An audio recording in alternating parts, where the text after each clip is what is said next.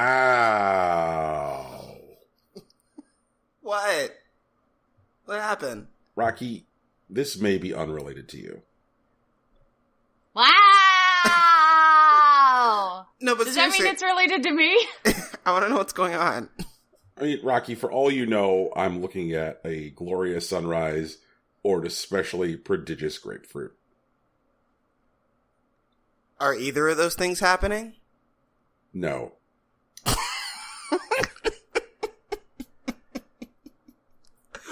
Okay. Why would you describe a grapefruit as prodigious? It might be doing things. The grapefruit might be about some shit, Tegan. Grapefruit is the worst fruit. Pass on. I see your grapefruit. I raise you durians. I'm into the durian. What? Durian's nasty. They smell and they taste bad. Ugh. They taste fucking delicious. They taste awful. What's wrong with you? You're one of those weird people. You like them. I'm sorry, I can't help you here, Brian. Ugh, they smell like garbage. Okay, and so vinegar. I'd like to get an understanding as to what's y'all's beef with the flavor of a durian. Like, I can understand maybe having some rough shakes with the smell, but once you get it into your mouth hole, what's the problem? I smell it still. That's the problem. Still a very similar problem, yeah. It's gross. Why are we talking about durian? What happened? Because you thought grapefruit was the worst fruit somehow. I mean, it is. Oh my god. Okay, guys, we are not a fruit podcast. We are a video game podcast. Brian, can you tell the people who we are? Yes. Somewhere in Ohio. Foremost anime expert. And proud consumer of an orange? Tegan Somerset.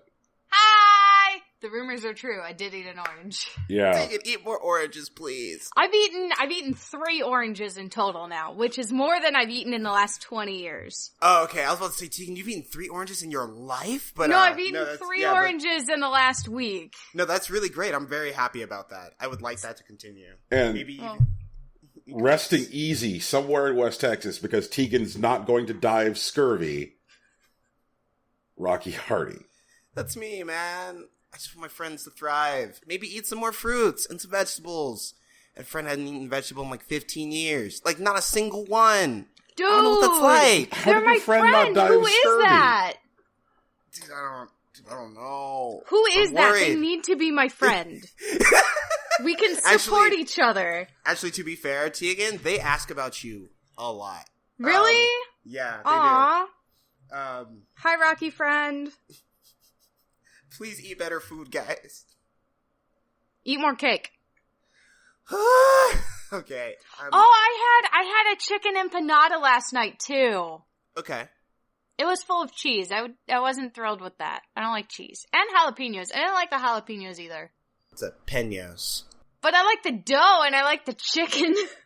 So you just wanted a chicken pot pie, but it had cheese and jalapenos. Yeah. Yeah, basically. I just wanted a chicken pot pie, but was slightly disappointed. But they were small and I ate them. And then I had mango sorbet that had mint in it. It was weird. It was interesting. Like actual mint leaves, like crushed up in the sorbet. It was interesting. Tegan, did you have dinner at an old folks' home? No. I had dinner at this place, it's a tacos and rum place up here called Bomba.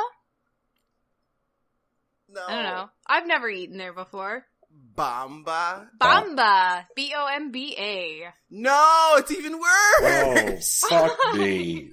What the hell?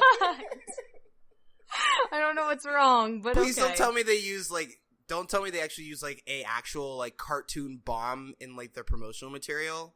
No, they don't use any, there's no, mascot. Just says Bomba Tacos and Rum. Okay. Bomba.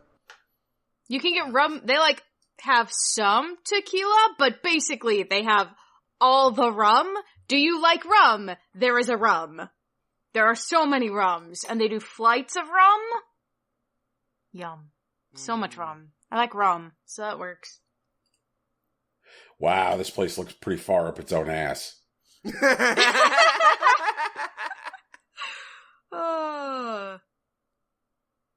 Yeah, this is the worst commercial ever. Thanks to our special sponsor, Bomba Tacos and Rum. They're not our sponsor. They don't know that, Tegan. Well, they do know that, because if they were our sponsor, we wouldn't talk bad about them. Number one. Number two, we're potentially driving off real sponsors by shitting on fake sponsors. Wait, really? Yeah, probably, actually. Okay. All right. Board meeting adjourned. You should eat at Bomba Tacos and Rum. They are in Akron at 3900 Medina Road, located in the Montrose Center Plaza. It's Medina Road! It's not Medina! Medina Road. Medina. See, this is why we have to prep copy before we start doing ads. It's the important. other road that always gets mispronounced around here is Gent. It's Gent, and everyone's like, Ghent Road? And everyone around here is like, no! Gent. Yeah. Ghent is a city in England. Okay. But to be fair, like, Medina would be pronounced like Medina basically anywhere else in the country. Yeah, I know, but it's Medina here. The other thing is there's a Versailles, Ohio, but it's not pronounced Versailles, it's pronounced Versailles. No. Yes. Again. Yes, Versailles, Ohio. Don't fuck it up, because when you go there, everyone will be like, no, it's not Versailles, it's Versailles. Alright. Try our specialty cocktails, like the Little Zombie or the Brazilian Mule. Or straight rum. Just have the presidential flight. Or have some rum. All the rum. Okay, guys. Yes. We're supposed to be talking about video games. This is why we're here. It's the reason this place exists. Can we talk instead about My Hero Academia? No, I'm so No, behind. God damn it, Rocky. Like, we've had show meetings. I've said that I want more anime talk on this podcast. Tegan bringing up the Hero Academias is in line with my broader objectives. With the goals. There are pie graphs, Rocky. Let Tegan speak to the pie graphs. I'm actually like 2 weeks behind. You're man. 2 weeks on the anime? Yeah. Oh no, you're even further behind on the manga then. The best thing happened. Literally the best possible thing. Shoto was snarky as fuck and it was good. Wait, you mean like so the tape good. guy? No, Shoto Todoroki. Shoto. Todoroki-kun. Yeah, Todoroki, the Best boy. hot and cold boy. Yes, snarked at his dad. Good time. Dad's, so, stuff in the manga has happened. And Dad now has a scar over his eye on the same side of his face as Todoroki. And I already retweeted this, and I already reblogged it, but Todoroki is like, just hanging out and just turns to look at his dad and goes, that's a nasty scar you've got there. Deadpan face, slurping noodles, and you're just like, fuck, Todoroki, you go! Yeah, my boy! I'm so proud of him. Just some background, Brian. Todoroki and his dad have a difficult relationship. His dad is the number 2 hero, and he hates the number 1 hero. Todoroki looks up to the number 1 hero. He doesn't look up to his dad because of the way that he's treated his mother over the years. His mother actually poured some boiling hot water over his left eye, and it caused a permanent scar. So now they both have the same scar. Shout outs to them. Well, they don't have the same scar, but they do have scars in identical places. Okay, so same places. That's cool. Yeah. Oh, I don't think Endeavor could get a hot water scar considering his quirk is Hellflame. So I mean, it's on Todoroki's fire side. Like that's where the hot water burn is. Yeah, but Todoroki's also half. So his cold side would have compensated for the heat and given him the scar. Yeah, I guess it's true. They go into so much depth on why Endeavor was so excited about Todoroki being a kid now, because now further in the manga, Endeavor's the number one hero. Endeavor's about to be the number one hero in the manga, or in the anime anyway, so that's not a surprise. Yeah, because, Simple Pieces retired. Whatever. Yeah, it's a good time. But yeah, so, like, it's just so funny. So now they're following Endeavor around the same way they would have followed All Might around, and it's cool. A good time. I'm actually really excited because I saw there was, like, a little tidbit from, like, the manga that's saying that they're actually going to show Midoriya's dad. Like, he's not just, like, gone or something. He just works overseas. Like, oh, dude! That'd be so good. And I really want that. Like, because I love Midoriya. And, like, I'd really like to know more about his dad. I mean, I know we've done a lot of stuff with his, like, fake surrogate dad, like All Might and everything. All Might dad? Yeah, but, like, all we really know about Midoriya is, like, about Papa Midoriya is that, like, he works overseas and he breathes fire. Like, that's his quirk. Yep. And that's all we know. Midoriya's dad's actually a dragon. Like, canonically. Like, he's just like oh man, he's just a dragonborn. Like, he's just covered in scales and everything. Dude, yeah. That'd be really great. I have a question. Yes. What's up? You mentioned, like, number one hero because somebody retires. It sounds like there's a formal, actually measured ranking system of heroes. Yes, there is. Yes. They're ranked, like, based off of, like, their deeds. Because in this world, heroes are literally civil servants. And so, like, they report to, like, the government, to a government entity. They are regulated. They work with the police. And, like, All Might was originally the number one hero because he had, like, the highest number of, like, rescues and, like, resolved incidents. And the highest popularity. It's not just like how many people you save and how good you are at your job. It's also based on how much the people respect you and feel safe around you. Mm-hmm. So now Endeavor was the number 2 hero, and now he's moved up to the number 1 spot automatically. But he doesn't have a very high popularity ranking. He's just saved that many people. And, like, his presence deters villains. Man, I just want to see... Oh, Brian. Okay, so, like, there are some heroes, like All Might, who's just basically, like, Superman that can't fly. And Endeavor... He can jump really far. He's Silver Age Superman. Yeah. Or Bronze... Yeah, Silver Age Superman. Okay. And, he's got a Silver Age costume. Like, they even judge their costumes based on, like, what era of heroism it is. And, like, Endeavor basically can control and manipulate all things fire. Like, that's his deal. Mm-hmm.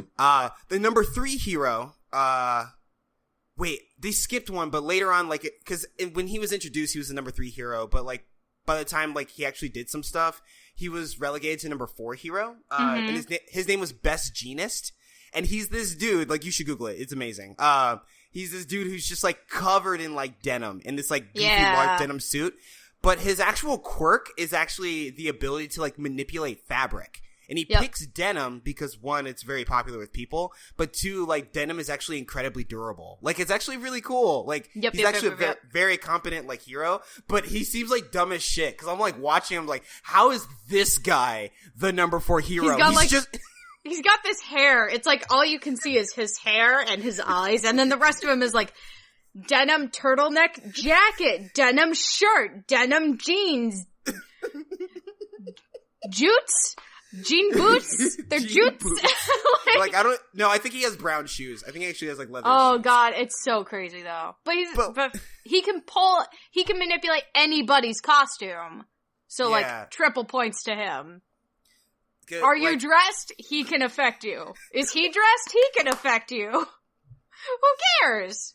And he has some. It's so good. And he's, he has some real reactions. And what kind of manipulation can he do to other people's outfits? He can, like, basically take the threads apart, like, seam by seam, and he can manipulate the threads kind of like spider webs. Yeah, it's kind of like puppetry spider webs. It's real neat. Because he does, pull Mount Lady out of the way at one point. And Mount Lady is like a 50-foot tall woman. Yeah. Well, she can change her height, but she is as tall as a mountain. Mount Lady? Mount Lady! She's also very so good. Yeah.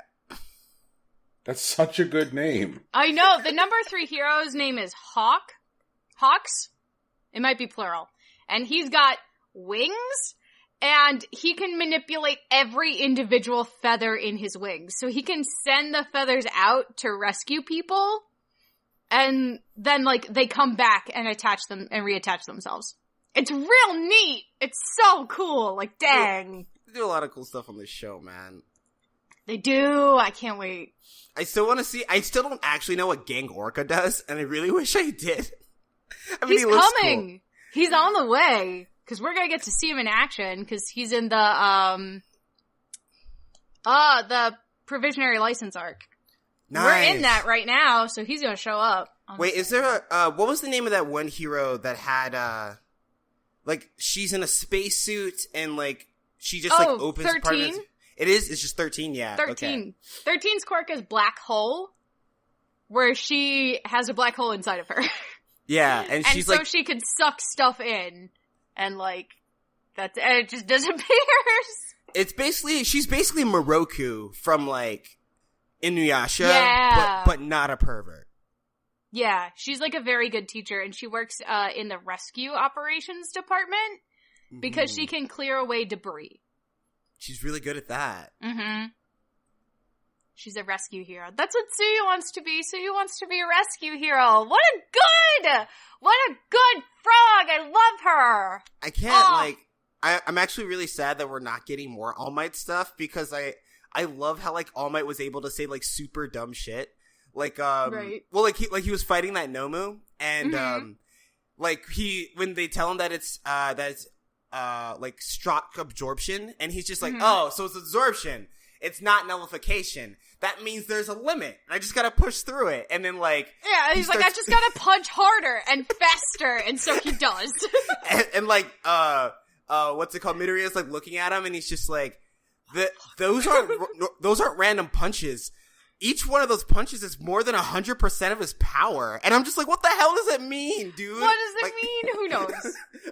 I mean, now I know what it means. Like, basically, All Might is the power ceiling. He is the highest you can go, and everyone else is beneath him. And so, like, having that established really early on makes us see, like, noticeable growth in our heroes, but also know that there's a limit they can reach, which is nice.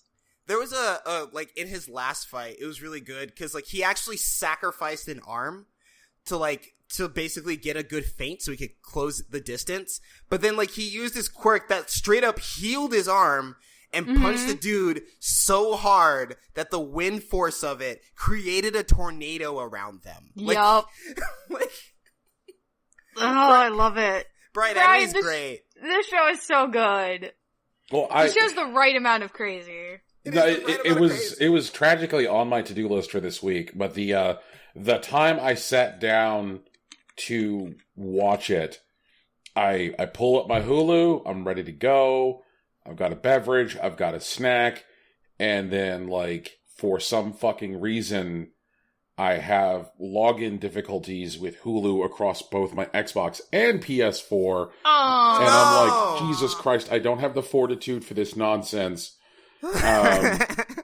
And so... Let me bequeath to you one of my Crunchyroll free trials. No, Tegan, it's fine. Like, Hulu's working now. It's just that, like, I have yet to set aside time since the one failed attempt. And then you gotta do what everybody does and make your own hero. Man, I haven't. Rocky, you have a hero. I do. You don't tell me you don't. Really? No, I really don't. Like, my friends just keep telling me I'm Todoroki and shit, and, like, that's it. That's where we're at. Oh, no, you have to make your own OC. That's no fun. Oh, God. Be Todoroki. I mean, you can be Todoroki, but I didn't know, like, I don't know. Like, I feel weird about making OCs. Like, why? I don't know. I remember it, like, you know what? I think the one time I really wanted to make an OC was when... No, okay, there were two times. There was one time when, like, Static Shock was out, and I wanted to make a Bang Baby, but I never really got around to it. And then, like, Steven Universe happened, everyone was making Gemsonas, and I felt like that wasn't my space, so I didn't really do it. Yeah, like, I get that. I'm not really, like, a Gemsona type, but it's superheroes! Everybody has a superhero OC. I'll put some real thought into it. Batman is Bruce Wayne's superhero OC. Well, Do not steal. TM. But they did. So many people stole it. Okay, whatever. Well, like, Batman freaking trademarked that. You know he did. He was like, I'm gonna be Batman, and I'm gonna trademark that shit, because I'm Bruce Wayne and I can. Honestly, Tegan, I'm like 100,000% sure that he never actually trademarked it. Like, I feel like that might have been a plot point in one of the Batman comics at some point, but I can't remember. I really don't. Oh, no. Batman, you gotta trademark that shit. But then, like, who's gonna trademark it? Bruce Wayne? It's like, why would Bruce Wayne trademark Batman? Like they're gonna... You could make... Batman could make a... Bruce Wayne could make a trust and have the trust trademark Batman. I feel like even that would be some real, like, giving it up and making it obvious shit. Like, yeah. I mean, considering how many times... like, video game news gets discovered because somebody sees what some company has trademarked. Like, if Nintendo, like, trademarks, like, Super Mario Rugby and Cricket, then people know that, like, Nintendo is going to be making a game called Super Mario Rugby and Cricket. So, like, actually Super Mario Cricket would be dope. Yeah. So, like, I feel like Bruce Wayne is all like, I'm establishing a trust that can trademark Batman for Batman. Then, like, what if Superman trademarked it? Superman can do it because Superman has already given up on being Clark Kent, because Clark Kent was the costume, not Superman. Yeah. But also Superman basically has no money, and he is technically not even a citizen anywhere anymore. Like, because he's an alien. Yeah, and he because there was a period of time where, like, America wanted, like, Superman to, like, do stuff, and Superman said no, and so they, like, wanted to declare war on Superman. So Superman, like, rescinded his American citizenship and, like, basically just, like, wanders. He's a world warrior now, like Ryu, but with powers, more powers. Does he have a teenage girl trying to get a baby? No. Wait, dude, she's like 30 now, man. No, she's not. She's like 27. That's basically 30. Okay, yeah, Brian's talking about Sakura. Like, also, Lois Lane is still around. I think Lois Lane's, like, older now. She's probably in her 40s? I don't know. I'd have to check the canon. He's gonna have to watch her die, isn't he? Don't they, 100%. severely outlive us? Yeah, he's gonna have to watch her die. I feel really bad about that. There's still, like, potential Superman, Wonder Woman vibes, but, like, Wonder Woman still really feels Batman. Why? Yeah, I don't know. I hope she grows out of that. But Batman is all, like, upset right now because he tried to bang it out with Catwoman and then get married, but, like, Catwoman left him at the altar. Yeah, that was real shitty. That's what fucking Catwoman should do. It is what Catwoman should do, but, like, man. But like the reason she left him at the altar is all, like, noble and shit. She's like, if I marry you, then you'll be happy, and then you will stop being Batman, and the world needs Batman. What? Yeah, that was whack. What? It's still whack, dude. Like, shit. I don't even know. That is some kind of something. Just fucking sad Batman at the altar. Like, I want him up there in the fucking full Batman outfit. All right. While we're on the general topic of Batman, and I realize this is a huge non sequitur, but was anybody else, like, really bothered by The Dark Knight Rises, or is it just me? I'm not sure what you mean right Basically, fuck that movie.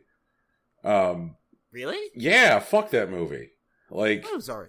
I'm so irritated by, like, two main things in the movie that I just can't get past. Wait, which one's The Dark Knight Rises?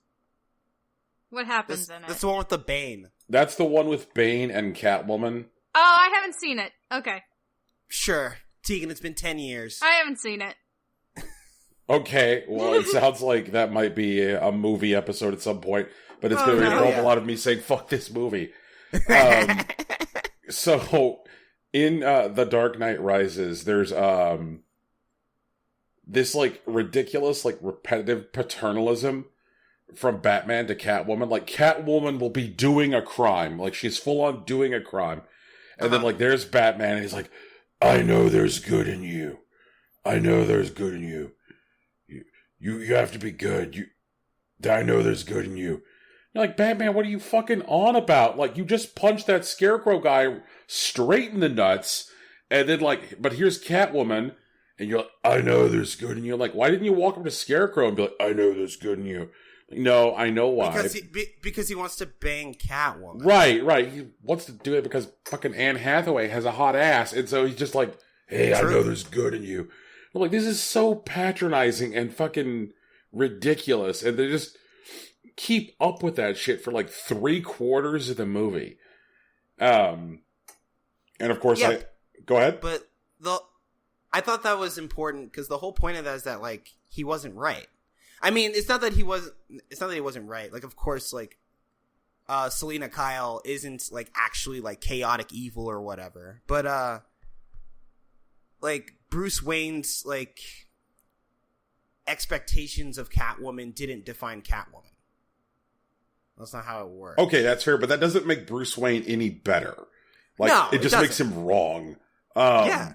The other problem I really have is, like, Bane is just, like, straight up cartoon villain. And so, I liked the Bane. I thought it was great that he was a cartoon villain. I think that, like, he is totally inconsistent with, like, how serious people want to take Christopher Nolan's films. So, like, here's Bane, who's, like, a cartoon person. And people are like, oh, yeah, you should treat these movies like they're fucking Scorsese shit. And I'm like, are you serious?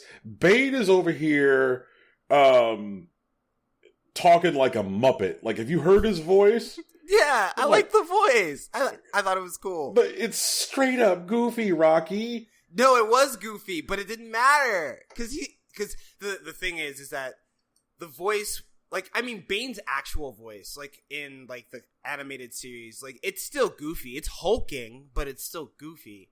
But the voice wasn't why you respected Bane. It's because of how strong he actually was. And, like, in this movie, they didn't define that strength in, like, cartoonishly large muscles, but just, like, his ability to, like, do shit. Like, there was, like, that one guy who was trying to give Bane orders or whatever, and, like, he's gonna try to pay him off for some shit. And it's just, like, you think because you have money, that gives you power? And, like, it's stupid. Like, the whole voice is, like, dumb, but the fact is that you were still afraid of Bane despite the voice. Okay, no. Nobody is afraid of Bane with that fucking voice. You're not afraid of Bane? You're not afraid of Bane. He sounds like Irish Darth Vader talking with an Egg McMuffin in his mouth. That sounds about right, yeah. But, like, I'm not gonna front on that dude. Like, because I've seen the dude. He threw like 8 dudes out of a plane. He broke it in half. Like, of course. And it is most ridiculous shit. Like, oh. He sounds like somebody who's constantly applying baby oil to his own chest. That's like, really... Yeah, that just sounds like Tom Hardy to me, dude. Like, fuck Bane. This is the Fuck Bane show. Okay. I don't know, man. I had a good time watching that movie. I thought it was cool. I liked it better than Batman Begins. I can't say it's as good as The Dark Knight, but, I mean, it was a movie. It was alright. Fair. Okay. Yeah, I mean, it is a movie. I will not argue its movie status. Okay. It's not Scorsese. I'll give you that. But I've never, ever said that it's, like, a film classic. And, like, those guys are just, like, you know, they're on Nolan's dick. And I understand why people would want to be there. Fucking Nolan people. Like, I just can't stand the Nolan people. They're so bad. They're like, ooh. I get that. Ooh. No, that's real. Those guys are head asses. Like, fuck them. We don't have to talk to them, Brian. We have a podcast. Okay, we can talk at them. All right. Well, to those people, to the Nolan people, I want you to listen to me very fucking closely. You don't get to go to the taco and rum place. Fuck you. You can't go to the Bomba. You can't go to Bomba. You can go to Bomba. It's okay. It is B-O-M-B, Tegan, really? Like, B-O-M-B-A. B-O-M-B-A. But, like, why didn't they... It's a talk... Okay, so... Tegan, there's a dance. Uh-huh. It is called the Bomba, but it's actually B-A-M-B-A. And so, being a taco and rum place, you know, maybe with some Latin American flair, it would be reasonable for it to like reference the dance as the place that they're going to. But they changed it to like Bomb, B-O-M-B, and I have no idea why. And it's like, it feels like, you know what it feels like? It feels like I went to a place called like Skaters with like 2 Z's at the end. Oh, like that's son of a bitch. That's what it sounds like to me, like personally, and I don't know why they did it. And I would love to understand. If I could have a sit down with this owner. So Brian, I think we're gonna open a place called Skaters with 2 Z's at the end. Shut up, Tegan. Tegan, that shit is straight up triggering. Like, I'm kind of upset. Yeah. Why? I don't understand. I know. And I don't know why. Because there's not enough fucking Jinko jeans in the world for there to be a place called Skaters, which is in business. What is what are Jinko jeans? I'm gonna have to Google this, aren't I? Yeah, it's JNCO. Also, like, Best Jeanist is almost certainly sponsored by Jinko Jeans. Oh. Like, he has people in the lab making new and better jean outfits for him, like, all the time. Oh, these are elephant pants. Yes, Tegan. My vocal teacher, when I was a kid in the high schools, I did private voice lessons, and he wore elephant pants in the 70s when he was at school, and he duct taped the bottom of the jeans so that he didn't have to wear shoes. No. Yeah. No. Yeah. That's such an awful fashion choice. Shoes. He turned his pants into shoes. Just get some fucking shoes, man. All right, whatever. He didn't want to. It was he's a an adult. statement. He can make his own choices. He was a That's what child fashion's then, but he still made his own choices. That's really upsetting, Tegan. That's so upsetting. I'm glad I'm full of upsetting information. Yeah, man, that's nightmare territory right there. Okay, guys, can we please talk about video games? Just for a little bit. Okay. Let me get to the news. How far are you in Octopath Traveler, Rocky? I am... Because that's the only thing that we've been playing. Pretty much. I'm halfway through the chapter 3s. Okay. Today, I'm going to take on Therion and Ulberic's chapter 3s first, because I'm already in Wellspring. And then I have to do... Hold on. I think I need to do Ophelia's, Honnet's, and Primrose's, because Primrose is like the level 40. Oh, and Cyrus. Cyrus is okay. I think I'm only like 3 chapter 3s done. Like I did Tressa's last night. I did Alphin's, and am I only 2 chapter 3s in? Like I just finished Tressa's. We saw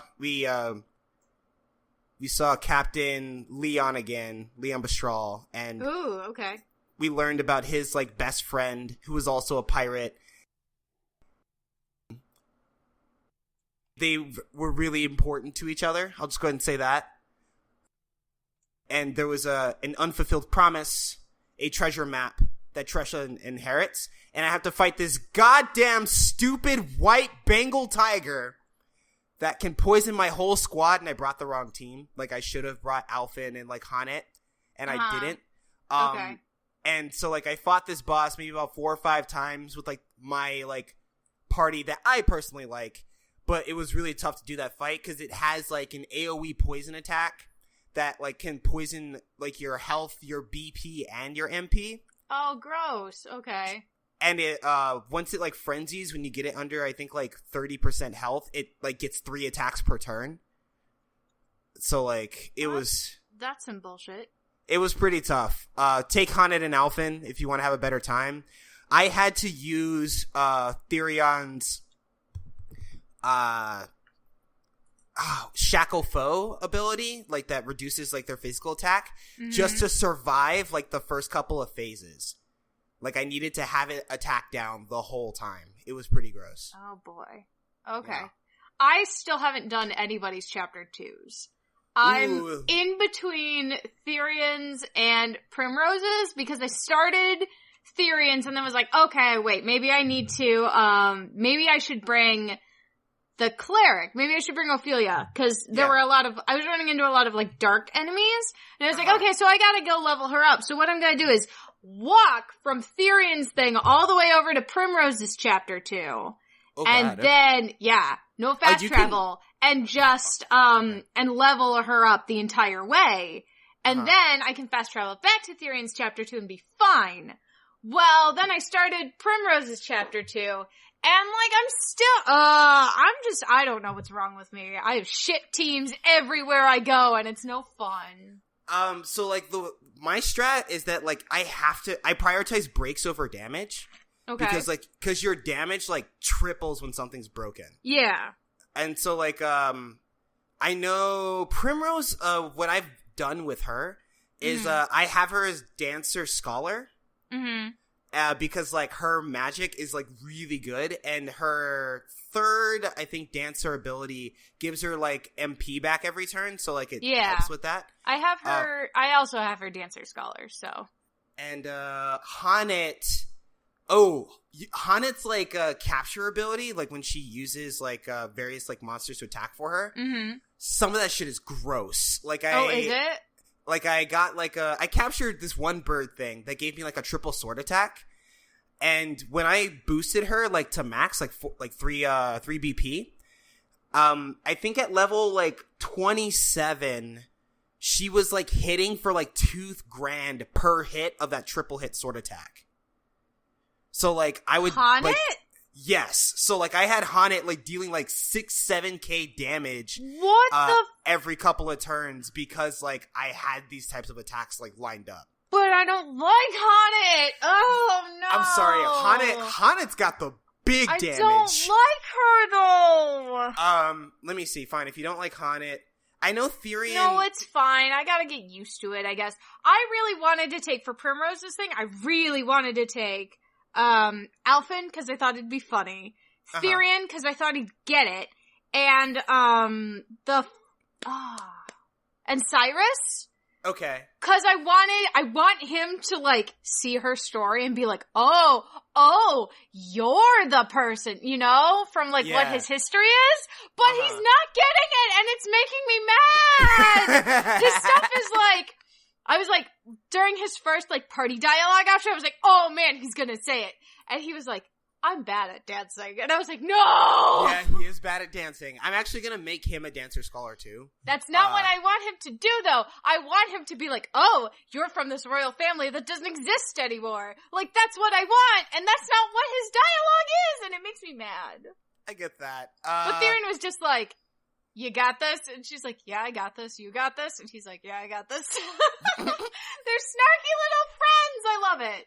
I do like that about them. I don't use Cyrus a lot, and I realize I have to soon because he's like, I need him to be like level 40 for his chapter. Therion, I like Therion like aesthetically, but I feel like at least straight thief is more utility than damage. Mm-hmm. Like, cause like HP thief, SP thief, and like share SP is like, makes him a battery, I guess. Mm-hmm. Like, yeah, for sure. But, he does, so like if you get all of his like class abilities, like his class like super or whatever, the thing, basically gives him an attack that attacks all enemies with his dagger that increases based off of his speed. And I think I have his speed at something like 280 right now. Mm-hmm. And that dagger attack does like 3,500 damage to all enemies, which is pretty good. Mm-hmm. But I don't think he's really big damage. I know Ulberich does some pretty good damage, and he has good weapon coverage. Mm-hmm. So I use him for that. Hanet is like, I don't know why, but I think I went nuts with Hanet for a while because I took her out of my party for like the past couple of chapters I did. And I'm looking back at her now, and she's already level 37, and she's not Primrose, who's barely level 40. And is Primrose your leader too? Your party lead? Yeah, she's my protagonist. Yeah. If you see the thieves, the ones that like flee on their first turn. Yeah. If you break them, like, then they can't run, and you just need to land 7 hits on them, like, total. Mm-hmm. And if you do, like, you get like a bonus like 1,500 to 2,000 experience points for killing them.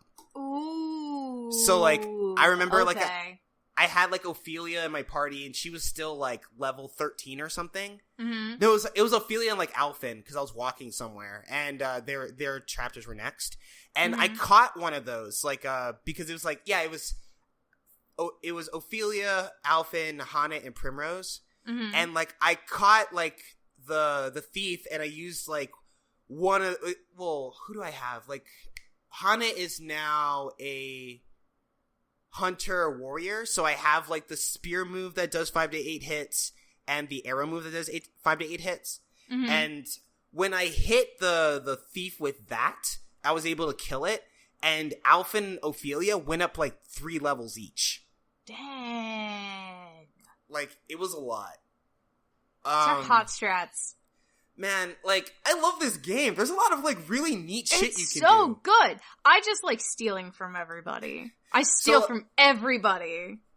Man, so, like, and Ulbricht's second chapter is actually a tournament arc. And it's really cool. When you're in the tournament arc, like, they have all these, like, characters with, like, names and stuff and, like, backgrounds. And you can bet on a fight, and, like, since there are a bunch of fighters in the town, you can steal / buy all their stuff.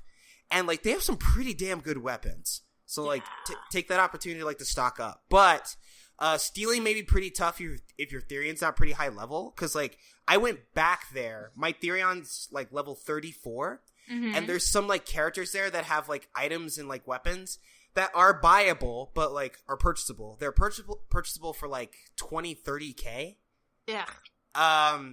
Or you could try to steal them, but they're, like, 3 or 8% steal chance. Like, it's really tough. I just want all the stuff. Just let me steal your stuff, guys. Like, you're not using it. I am on a quest. Excuse me. And I'm also playing, while I'm playing, I have Tegan, like, yelling ringing in my head, like, I love stealing. I steal from my friends. I steal from my enemies. Like, I steal from myself. I steal from myself. God damn it. And, like, but it's cool, because now that I'm getting, like, more, like, movement around the map, because there are, like, side quests that, like, people will, like, ask you about stuff, like, oh, man, my daughter ran away a long time ago. If you see her, let me know. And it's like, okay, dude, I'll try to look out for her or whatever. Or it's, there's like, the love of my life, like, disappeared a long time ago. I wish, like, her name is Ellie. I have no idea where she went. And it's like stuff like that. And, now that I'm, like, traveling more and more around the stuff, like, I found a merchant that had, like, just a random notebook that turned out to be a diary that's associated with this quest. So, like, then I can, like, backtrack. It's like, hey, man, like, I was in the area because I'm passing through here, and I found this book. This might be useful to you. And, like, you give it back. And, like, I love quests like that, where, like, I meet a person, and, like, they have a thing that I can't do anything about immediately.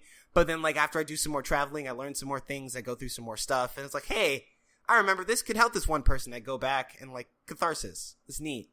Thank you, Occupied Traveler. It's fun. It's a good game. I'm definitely enjoying it.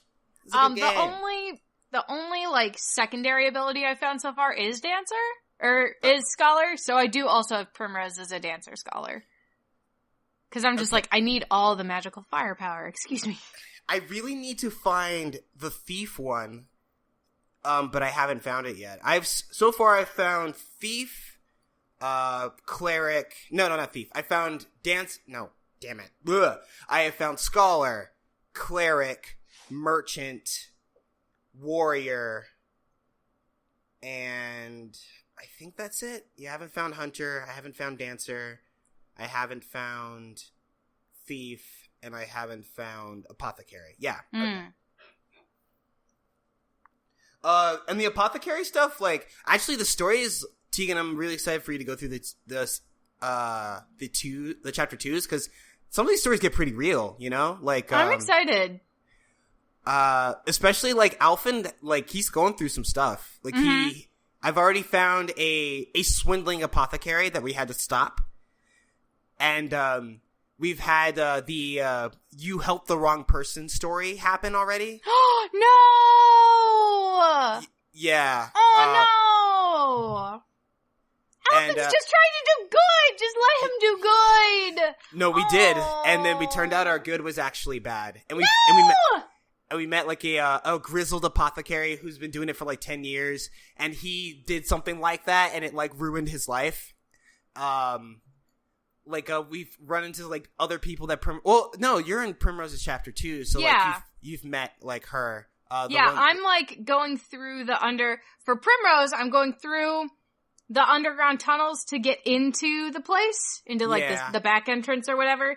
And for Therion's chapter, I'm in the house running around. But like I'm not strong enough to like do it all on my own, or maybe I just have the worst team. But maybe. Like it's real frustrating. So I'm just like grinding real hard right now. I feel that. But yeah, like I know Haunted. I use Haunted for a lot of stuff I used Haunted for about 5 chapters in a row because once I gave her Warrior, she basically had every weapon type except for staff and dagger. Mm-hmm. And so like, yeah, it was pretty much everything. So like I had those, and she gets like a thunder attack, but like between her and like Primrose, I could basically force a break as long as I figured out what elements there were. Mm-hmm. And, also, it took me a while to realize this, but, like, you can boost Analyze, and you can get multiple weaknesses at once. How do you boost Analyze? The same way you usually do? Yeah.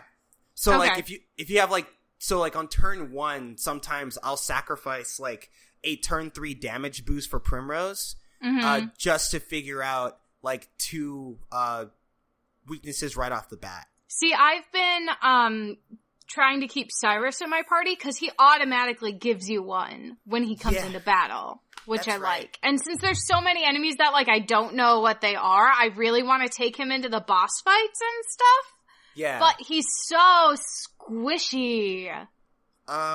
He needs like 1,000 more defense. Or like 90 more levels. Because right now everybody else basically has like 1,000 HP and he still has like 400. Wait, what? Really? What level is he? He's like a baby still. Okay. What I would do is I would prioritize like his defensive equipment then.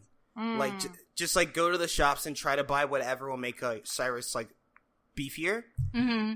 And then just grind some dumb shit. Cause like especially like once you know weaknesses, like you can get through a lot of fights without taking damage. Yeah.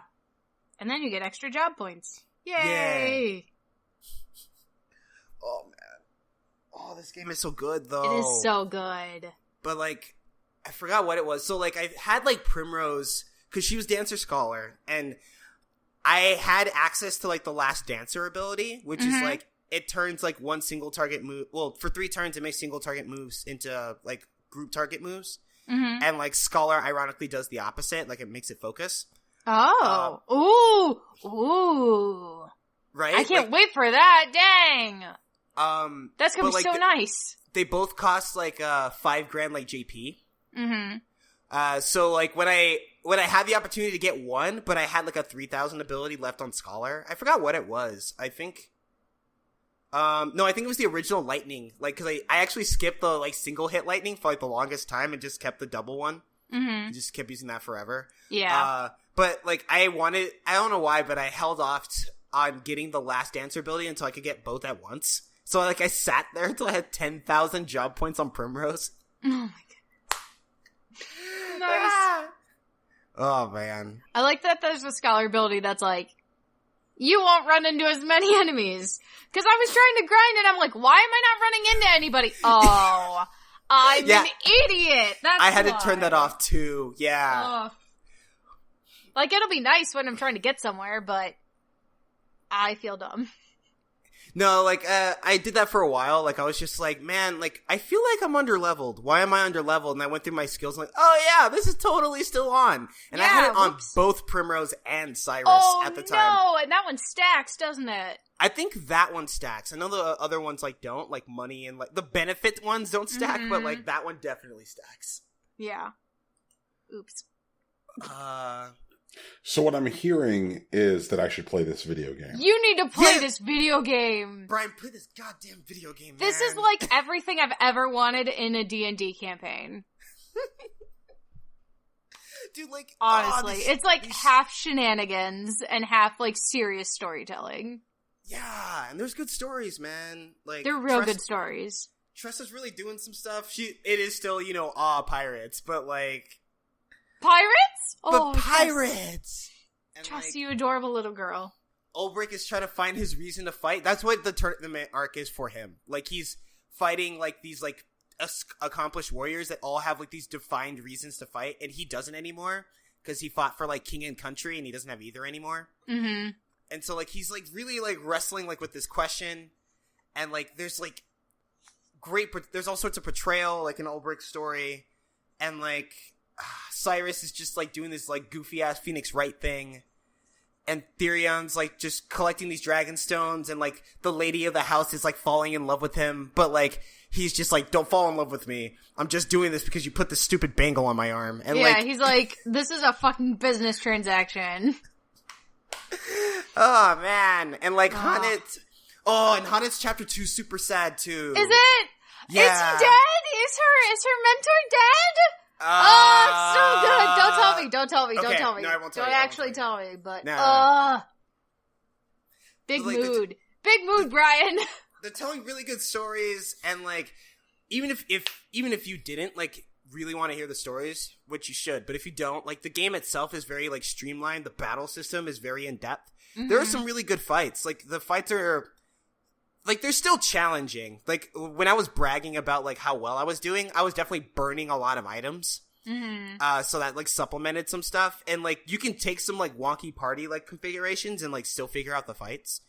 Like, that tiger one, like, I think I did that tiger one at, I think, about 6 different times. And I changed, like, my loadout a couple times, but it would have been really easy if I had just taken, like, Alphen and Hannet, because Hannet had, like, the perfect weapon types to spark the weaknesses, and Alphen has, like, abilities that do, like, AoE, like, status clear, which would have really helped against that poison, and I just didn't have those with me. And he's got that thing that makes them resistant to the poison attack for the next, like, 4 turns. Right. What I started using was, like, what was it called? Sidestep with Tressa. Oh, okay. So like, I'd open the fight because, spoiler alert, the boss just does physical attacks. Okay. So I had Tressa just, like, sidestep herself, like, repeatedly, so she'd have, like, 3-4 turns of, like, where she just couldn't be hit. Mm-hmm. And, then I would use her as, like, a cleric / like, status buffer. Which I realize now, if I had Alphen on my party at the time, because Alphen's also a merchant, I could have had him do the same thing. And, like, it would have been even easier. It would have been way easier.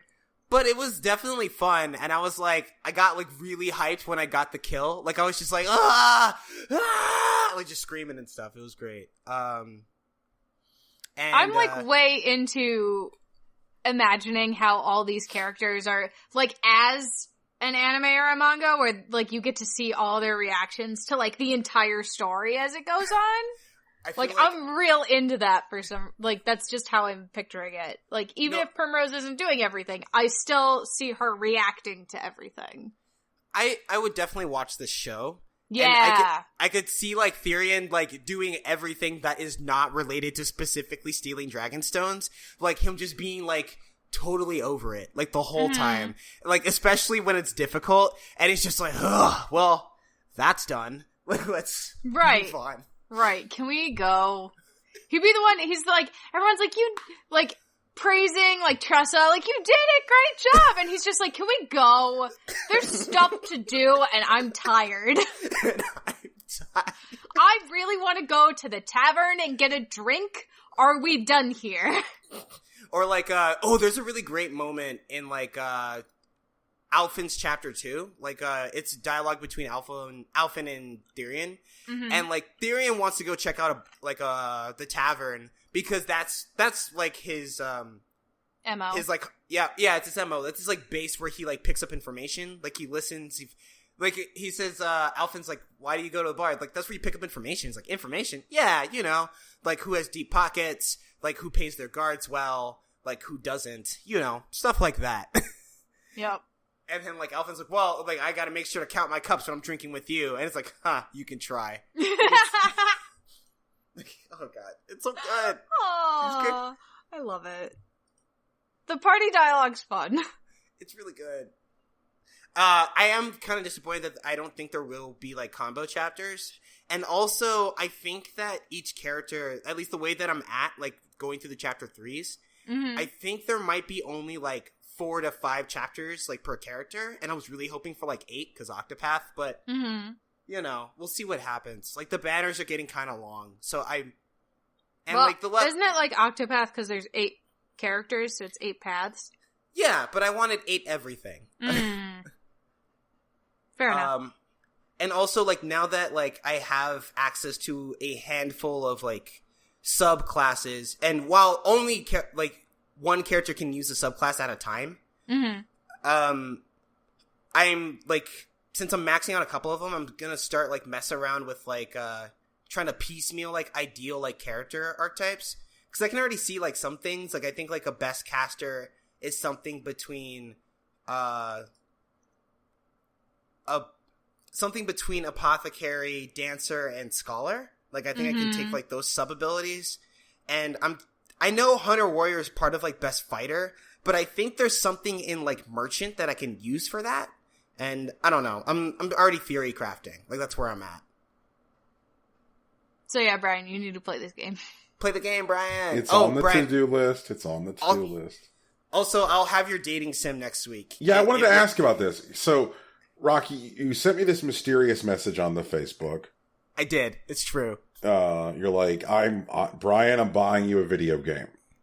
I am concerned, and the reason I'm concerned is that with the exception of a couple titles last year, where I was like, gosh, I need these guys to have this played by Game of the Year. And so I just took that initiative. It took that initiative to make sure that occurred. RIP, I need to do a better RIP good choices, because it turned out that buying Tegan Edith Finch caused a bigger struggle for me in December. But so I need to more carefully and strategically plan that shit come December this year. But other than the times that I purchase stuff for folks, as a byproduct of Game of the Year needs, it has been troll shit emerging from what came out on Steam today. So, Rocky, what are you doing to me? That is actually a really good question. So, Brian, I found a game. I think it is a game that you will enjoy. I don't think it's Game of the Year territory, but I think it is a game that you will have fun playing, and you will feel better for having played it. And that's why I'm letting you know. But I kind of still want it to be a surprise. I did give you a clue. It is a dating sim. So you will get that. Rocky, that's about as... Rocky. Wait, are you saying that vague clue is vague? Because I know. Because I did it on purpose. Like, I know how to give good clues, dude. Like, come on, man. So I am reluctant to say that it is a dating sim that you haven't heard of. But I would believe it if you haven't. But I know that there are a couple of them. I'll rule out a couple. Like, I know... Actually, did you play Dream Daddy? I can't remember if you played Dream Daddy. Dream Daddy is sitting unplayed in my fucking Steam library. Okay. Aww. Yeah. No, I'm a bad person. I've got like 5 minutes in Dream Daddy, and I was like, it was. I didn't start it until Game of the Year, which was a bad idea. But it came out during that like July, August heavy period last year. That was like a total surprise, where like Hellblade came out and a whole bunch of shit. It was like Hellblade, Subsurface Circular, and like 4 other titles. It was like a 2-week period where there was a ton of shit, and Dream Daddy just got lost in the mix for me. Yeah. Well, okay. What I want to say is that I'm gonna rule out it's not Dream Daddy, it's not Boyfriend Dungeon, it's not Monster Prom, and it's not what's the name of that game? Heartbreak High. It's not Heartbreak High. So it's none of those 4 dating sims. Also, is it the one where you draw the person you're gonna date? No, it's not. Okay. It is a dating sim. It's none of those 5. I do personally endorse 4 of those 5. I don't really care about the drawing dating sim. Do you guys remember that shit last year when they found all of those unused assets in Dream Daddy that were like super creepy. Like, it was stuff that didn't make it into the final release of the game, but the assets were still in the game files. There was a plot. There was a secret plot that never made it into the finished product. Now, is it like one of the daddies in the game, like a pastor or something like that? Joseph. Okay, yeah. So there's a secret plot that was not put into the final release where Joseph... Where he was a member of a cult? Yes, he was like the leader of a cult, and like you end up in his basement being sacrificed. Oh, God. Yeah. Yep. Yeah, there's like a terrible like pentagram down there, and like goat skulls and shit. Like, it was a whole thing. People were like, oh my God, this is horrible. And I'm like, well, yeah, obviously they decided it was a bad idea because they fucking took it out. People still gotta give them heat. I don't know. Rocky, message me what this game is. Because I have some ideas, but I don't want to ruin a potential surprise. Wait, Tegan, are you asking me for spoilers? Is that what's happening? I'm asking you for spoilers for Brian. It's not the same. I'm trying to not spoil it for Brian. I don't know, Tegan. It sounds a little off-brand. No, it's a conspiratorial request. Alright, fine. I'll send it to you. But we should probably get started on the news. Can we talk about how there are people who want to fucking drink the red liquid from the 4,000-year-old black sarcophagus? Oh God, no! No one drink the liquid from the sarcophagus. Yes! No one do it. Thirsty! God damn it. We're gonna end up in the fucking mummy, man. It's gonna be great. Let's drink it. Somebody wants that mummy juice. We need to drink the red liquid from the cursed dark sarcophagus in the form of some sort of carbonated energy drink so we can assume its powers and finally die. Finally die? Yup.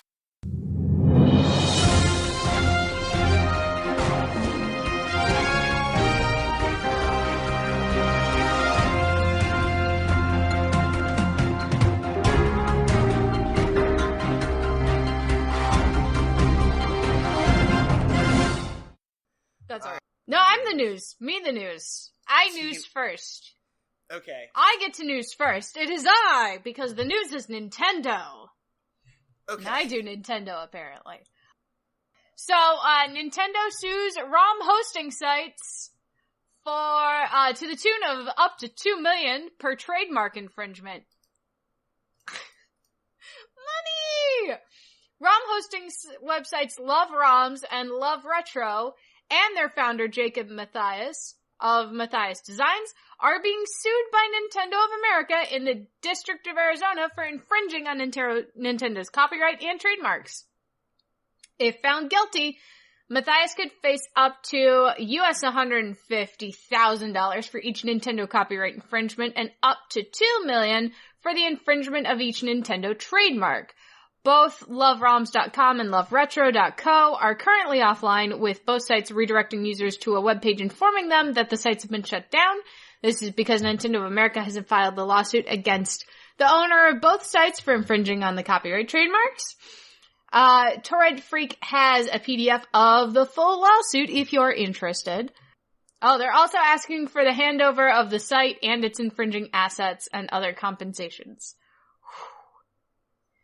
Nintendo does not play. I have so many thoughts. Okay. Do y'all have so many thoughts, or is it just me out here in the wilderness? I have some thoughts. Hit me, Rocky. Okay, so I've never really liked this side of Nintendo. As someone that actually grew up messing around with ROMs and emulators, even as like a devout like Nintendo like customer, I've never really seen the harm of ROMs outside of like Nintendo wanting to resell us the same games later. And man, and even like there are games that like I desperately wanted to play that I simply just didn't have access to, that I later gained access to because of ROMs. And it was stuff that was like, you know, outside of like the console cycle. Like I played a lot of like Game Boy Advance games, like in like later ages when I just didn't have like a collector shop that I could get to, or like even like there were some games that like that I just wanted to play more often in different places that I just couldn't, like Star Fox 64. I spent most of my my high school years like walking around with a flash drive with just a bunch of like N64 games in it, so that I could like play Harvest Moon 64 and Star Fox 64 like on the go without like hulking my N64 around. And like, I don't know. And you know, the homebrew community, they're definitely clever and they're adaptive and they just want to play games, you know? And and I want to ask a clarifying question here, Rocky, because you said the homebrew community, which I think is kind of a different thing. Sure. You know, people who are doing like post-release console games who are like, I'm gonna make this Genesis game in like 2018. That's different than people who are trying to necessarily like emulate existing games for these consoles. Walk me through that. Oh, okay. So I kind of see emulation living in like three different camps. Sure. One being like specifically like technology enthusiast who are like, I have a passion for this platform. And so those are people who are trying to, you know, create modern development tools for deprecated consoles so that way they can create new content for no longer formerly serviced machines, which ultimately in most cases aren't even being emulated because they're being flashed onto real cartridges. So there is no emulation in the end user experience because you're buying a SNES cart, you're buying a NES cart, you're buying a Genesis cart, whatever. Like, sure. The end user experience the goal is not emulation. The goal is new content for old consoles. And the only time that like emulation really comes into play as part of that particular community is developers who are, you know, needing to run the game in a real development environment to see like what works, what doesn't, and don't want to have to flash a cartridge every time. So they might be running emulators on their desktops to say like, oh, okay, does the Jumpman get over there now in level 4? Let me check. So they're using emulators more as a practical component of development versus being a piece of the end user experience. So I would call those group one. Like, okay, you know, homebrew developers are not designing for emulator as the user experience. Right. I would call group two, folks who, are, you know what, actually I'm going to go ahead and add a fourth group, but I would call group two people who are focused on archival history, who are like, hey, games need to be preserved. And because, CD-ROMs and DVDs and Blu-rays will all ultimately be exposed to bit rot, it's important to create digital archives of games because we will eventually lose games. So folks who are out there trying to get games which have never been dumped to a ROM before, that we don't have ISOs of, these are the folks who are like fastidiously collecting like every possible version of a game, if there's any kind of pre-release prototypes out there, looking for games that have, you know, been lost to time. Like, these are the folks that preserved the Sharp X6800 version of Donkey Kong 3, which up until about like 6 months ago, there was no known copy of in the world. But like one came up at auction, and so a whole bunch of like archivists like put together the money to buy the thing. So that way it would be preserved. So I would call like people who are passionate about game history and want to make sure that game history is preserved. And those people are pretty important. I would call group three the people who like create some kind of like intellectual divide, whether they're doing it based on the age of the game or whether or not the publisher of the game currently sells it in any kind of way. Like, people who are like, I feel fine downloading a copy of No One Lives Forever because no one knows who holds the copyright, so it'll never be sold again. You know, those people. Or I'm going to download a copy of Popeye for the NES because whatever, this game is not going to get released again. You know, those folks who are creating some kind of like personal, you know, not a legally measurable, but a personally moral measure for like what they're comfortable downloading. And then group 4 is just the straight up pirate motherfuckers. Who are like, I don't give a shit. Is there any way I can get that new Call of Duty? I don't care. Give it to me. You know, that's what they want. I feel like this particular legal action by Nintendo most hurts groups 2 and 3. Not particularly 2, but more 3. And I think that that's a bad move on Nintendo's part, because group 3 is a group of people that I think would be more inclined to just give Nintendo money if Nintendo gave them a legal, easy way to buy a bunch of very old video games for cheap.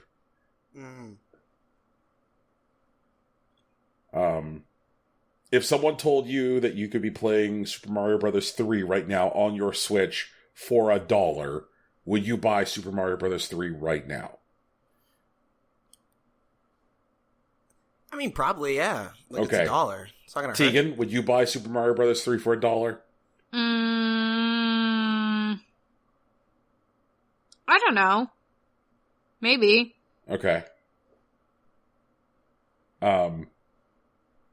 So I think that the problem that Nintendo runs into is that the way they have always treated their retro releases from the Wii forward, actually since the Wii forward, let's be fair here, like they were pretty good on the Wii, but starting with the Wii U, they went with a model of like drip feed for retro releases on their console. Like, here are 2 new games this week, and you're like, what new games are they? And they're like, well, Urban Champion and Wrecking Crew. And you're like, man, fuck you. Like, nobody wants to play Urban Champion. Like, and we are, as of today, it is, as of recording day, spoilers, look behind the curtain.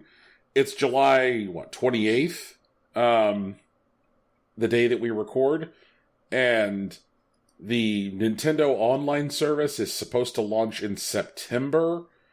And beyond, at one point, giving a list of 8 games to us, saying that would be 8 NES games that would be included with the online service at launch, and then saying that there will be 8 more soon after launch, we still don't have any additional details on how NES and SNES games are going to integrate with the Nintendo Online service. Like, I feel like this is a place where Nintendo is actively throwing away money.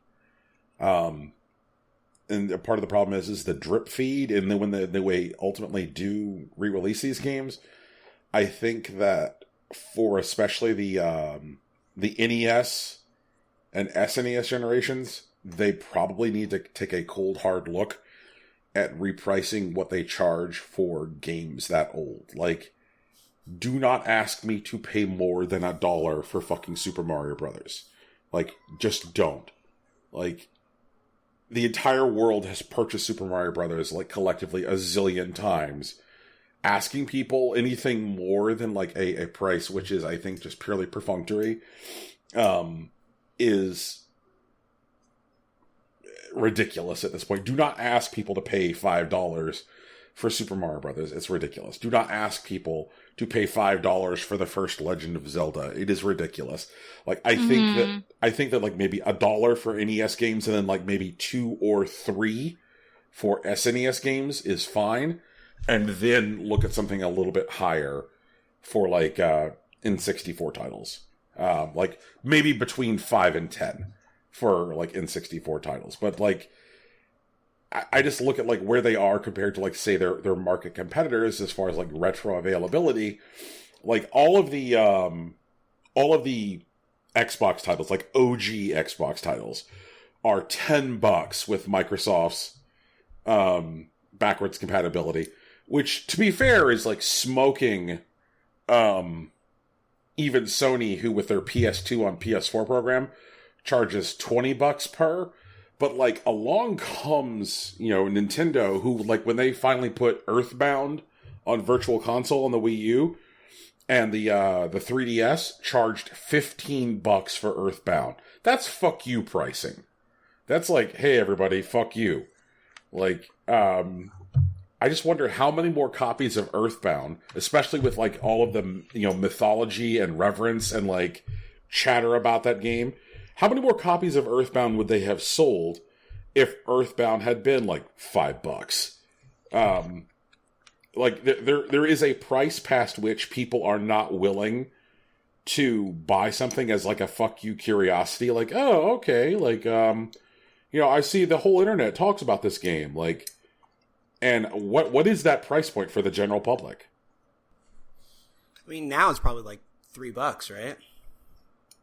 I think probably somewhere in that neighborhood. Yeah, if that.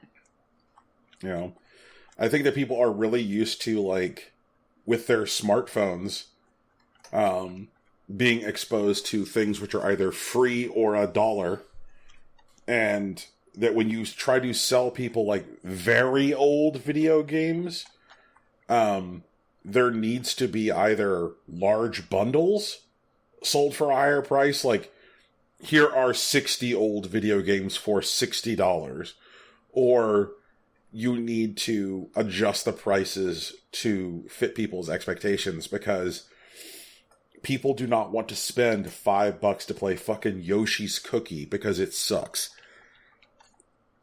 But if it's part of a 60 game bundle, they'll probably be more amenable to the fact that one of those games is Yoshi's Cookie.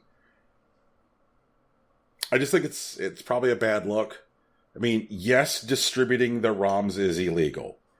That is not an issue. But emulation itself is legal, and every time emulation has gone to court in the United States, the people who developed the emulators won. You know, Sega versus Accolade, Sony Computer Entertainment versus Connectix, which was when somebody developed an emulator to run PS1 games on Macintosh. You know, Sony sued, Sony lost. Sony versus Bleem, when somebody developed a disc-based emulator for putting PS1 discs into a Dreamcast. Sony sued, Sony lost. So, like, if Nintendo at all wants to lean on the idea that, like, emulation itself is the problem versus the distribution of ROMs, they're gonna have a bad time. Because emulation itself is legal, and considering that, like, some of the stuff on Virtual Console that Nintendo has downloaded, and this is very interesting stuff, are ROMs that Nintendo went and downloaded off of emulation sites, as opposed to, like, ripping them themselves, because there were telltale signs within the files. That's a bad look, too, because it says that Nintendo is doing a bad job at archiving their own history, that they had to go get a ROM off a ROM site. Ooh. Yeah, exactly. Like, they're making the case for the importance of this shit. So, like, I would rather see them, you know, rather than suing a bunch of people's asses off, just give people a way to buy these games for cheap. Yeah, but we've been saying that for, like, what, a decade and a half? And, I we still haven't done it. What do they say about the definition of insanity? I don't know. Hey, but we got Nintendo now, remember? Like, we got a bunch of new kids. Maybe they'll wise up. See what happens. All right. Is there anything else going on which isn't dumb? No. Sorry. 2 Millie, his dance, the creator of the Millie Rock, which is used in a FORTNITE emote, basically says that his dance was basically stolen, and he's working with attorneys to reach Epic. 2 Millie stated to Kotaku that he wishes Epic would have reached out to him prior to putting his dance in the game.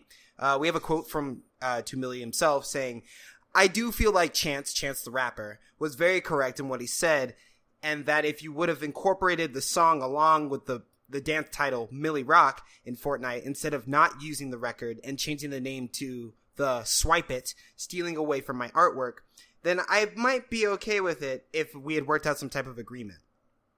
He goes on to say, "I do take it as a very big deal, and I just wish Epic would have reached out with a payout and a contract, being that I am solely the creator of the dance and song Millie Rock. And I don't feel it's appropriate that my art, in this case the dance, which is a big part of the culture, is basically stolen." 2 Millie added that he's been working with his attorneys who will be reaching out to Epic about the issue. We have another quote saying, "I just feel like the appropriate thing to do to do is compensate me with a fair amount for my addition to the game. One of the many purchasable dance emotes in Fortnite is Snoop Dogg's Drop It Like It's Hot. It's kind of like, the wheel motion. It's also called I'm pretty sure it's pronounced titty emote, but it might be the tidy emote, which goes for about 500 V-Bucks, the equivalent of $5 in the game's rotating store. Players who get it can make their character mimic Snoop's wheel-turning gesture from the video's it's still Drop It Like It's Hot chorus. Chance the Rapper made this point in a brief series of tweets proposing that Epic Games, the makers of Fortnite, should include music alongside the emotes rather than silent dance and animations. Fortnite should put the actual rap songs behind the dances that make so much money as emotes, he wrote last Friday. Black creatives created and popularized these dances, but never monetized them. Imagine the money people are spending on these emotes being shared with the artists that made them. Epic is far from alone in commodifying popular dances and repackaging them for sale in their game. Blizzard has done it with World of Warcraft for years, recently adding them to Overwatch as well. Bungie's online shooter Destiny includes purchasable dances ranging from Michael Jackson's moves in Beat It and MC Hammer's dance to the titular dance of Cali Swag District's Teach Me How to Dougie. This is definitely a complicated legal issue, at least on the artist side, because there really isn't a method of either copywriting a dance or seeking monetization for it in the first place.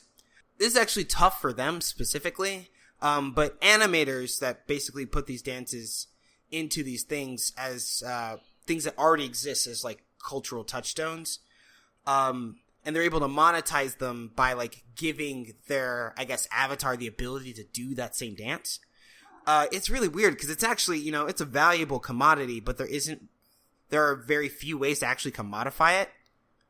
I actually agree with Chance. I don't think that developers or even, other content creators would put their songs into their content along with the dance, because that just opens them up to lawsuits, which is why they didn't do it in the first place. Mm-hmm. But I think there should be a real way for these artists to commodify these dances, because even people that made careers off of them, like 2 Milli and even Soulja Boy, basically made a dance and put a song to it and made money off of the song. But what they did is indirectly made money off the dance, because there isn't a method of commodifying and like selling a dance. But people like Fortnite, who are making, billions of dollars, partially because of the inclusion of such dances, should be able to, or should, in good faith, find a way to compensate their creators. But I don't know how to force them to do that. And I don't think they'll do it out of the goodness of their hearts. I would rather see them find a way to separate monetization of the dance from the music, because of the incredibly complicated, sticky, and shitty history of licensed music in video games. Mm-hmm. The number of games which have never been re-released or had their releases held up, or have required patching because of an expired music license, are legion. Like that, not to circle back to Earthbound, but it's relevant here. For years, one of the reasons that everyone thought that Earthbound was held up and not ever going to be re-released on Virtual Console was because of all of the chiptune versions of major popular pieces of music, which, Nintendo had licensed for the first time, but it's like, okay, there's chiptune Beatles in here. Like, what are we going to have to do to get that license again? Because if you don't create a license the first time, which allows for use of the music in perpetuity, then, which is also very hard to get because somebody's going to want to, renegotiate years down the road. But unless you get that, then what happens is that depending on how hard it is to extricate the music from the meaning of the piece, the license holder can theoretically have the game developer over a barrel, years down the road. Like, Grand Theft Auto 4 just got a fucking patch. And the point of Grand Theft Auto 4 getting a patch was to remove music, which they were not able to successfully renegotiate their rights to 10 years after the release of the game. So, like, people booting up their 360s and PS3s got a patch to take music out. That's the reason Lollipop Chainsaw hasn't been added to backwards compatibility on the Xbox One, because it is full of licensed music. I love that game. I want to play that game again so bad, but it is literally being held up by the music. And so I want to see a way where the musicians are getting paid for the dances without getting the music involved, because getting the music involved is probably the thing that the publishers are trying to avoid in the first place. So I wish these publishers would more like suck it up, talk to the musicians about like what their concerns are. Like, hey, here's the thing, getting the music involved is not a thing that just you can control, because it also requires like dealing with your label, and decades down the road, your fucking estate. So we need to find a solution that doesn't include the music. But that also requires them like being forthright and talking honestly about why the music's not there in the first place.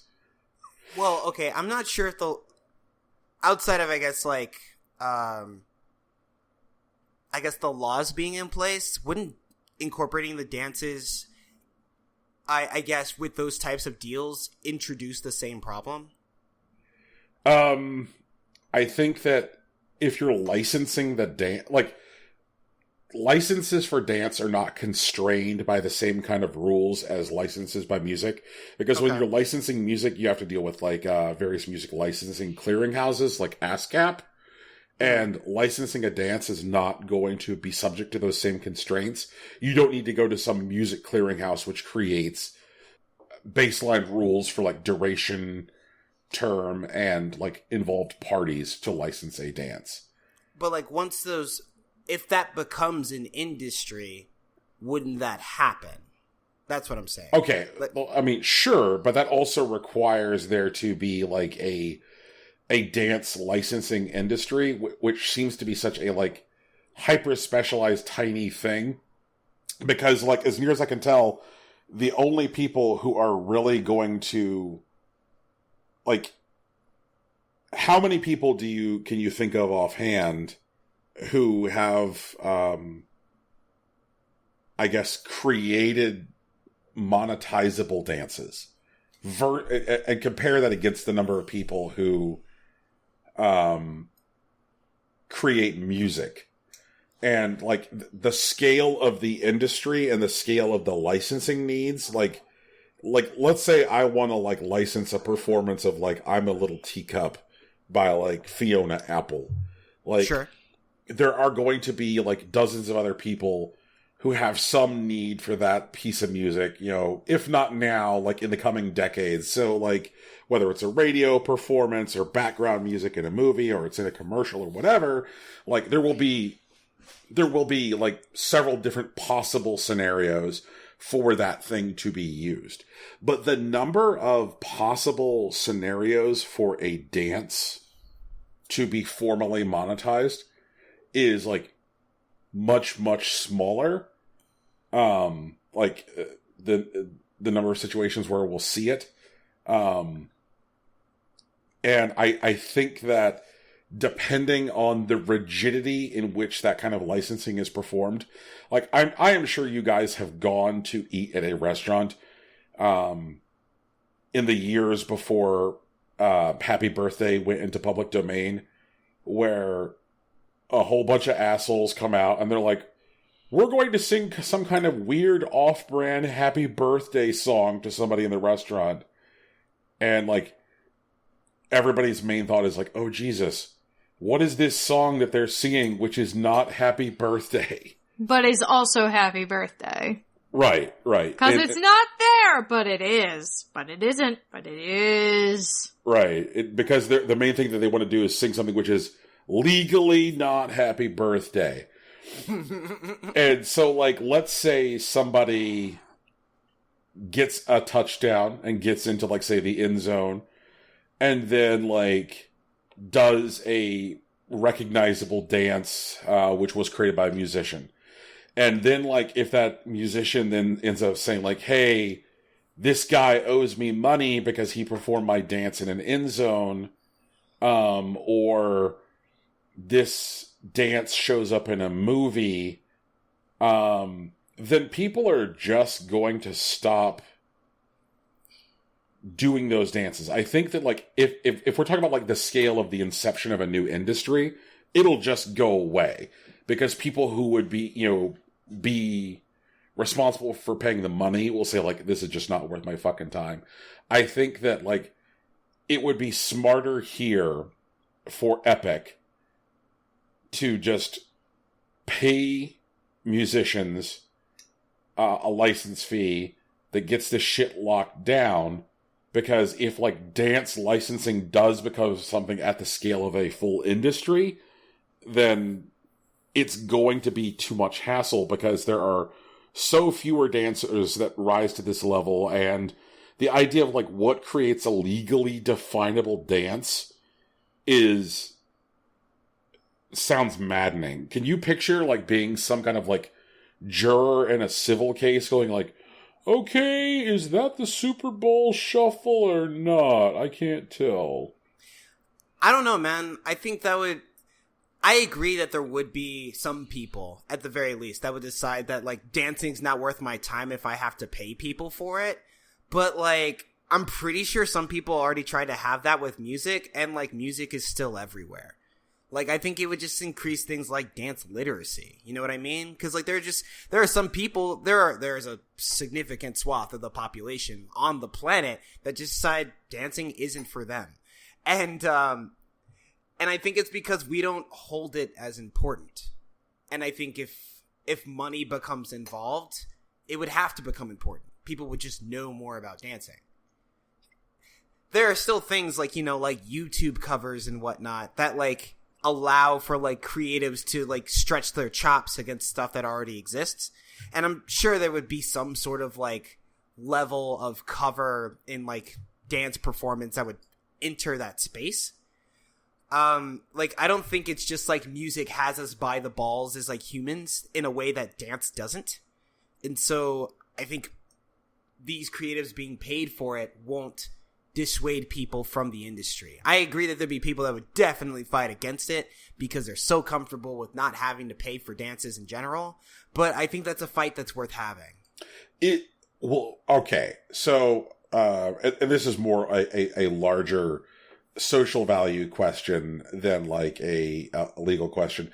Will the people gaining that dance literacy just be, like, lawyers who have skin in the game, or will it be the average dude? I think in varying degrees it'd be different. Like, for example, I mean, I've lived a very musical life. That's what I've done. And I'm not a professional by any means, and I wouldn't even call myself, like, semi-pro. I might be an amateur, but I know things about music that, like, lay people don't. Like, I know people that just don't know what scales are, like, theoretically, but like but there are people that, like, those people would still, like, be able to recognize someone that does, like, the natural C scale, like do, mi, re, fa, sol, la, ti, do. Like, they know what that means. Like, they have a connection to those ideas. And, like, if there is, like, some sort of equivalent of, like, a dancing scale that enters, like, the cultural zeitgeist through, like, I don't know, the pressure of dance. I don't know what I'm trying to do the Sound of Music. I don't know what that would actually be. I think lawyers would definitely know more about music the same way that there are, like, entertainment lawyers that specialize in music and, like, musician representation. But I think there are just people in general would know more about dance that we may not have, like, I mean, we'll still have people that are, like, wallflowers and whatnot, but we'll have, like, people that are just, like, more acclimated to dance and what it is. I think there's a difference between, like,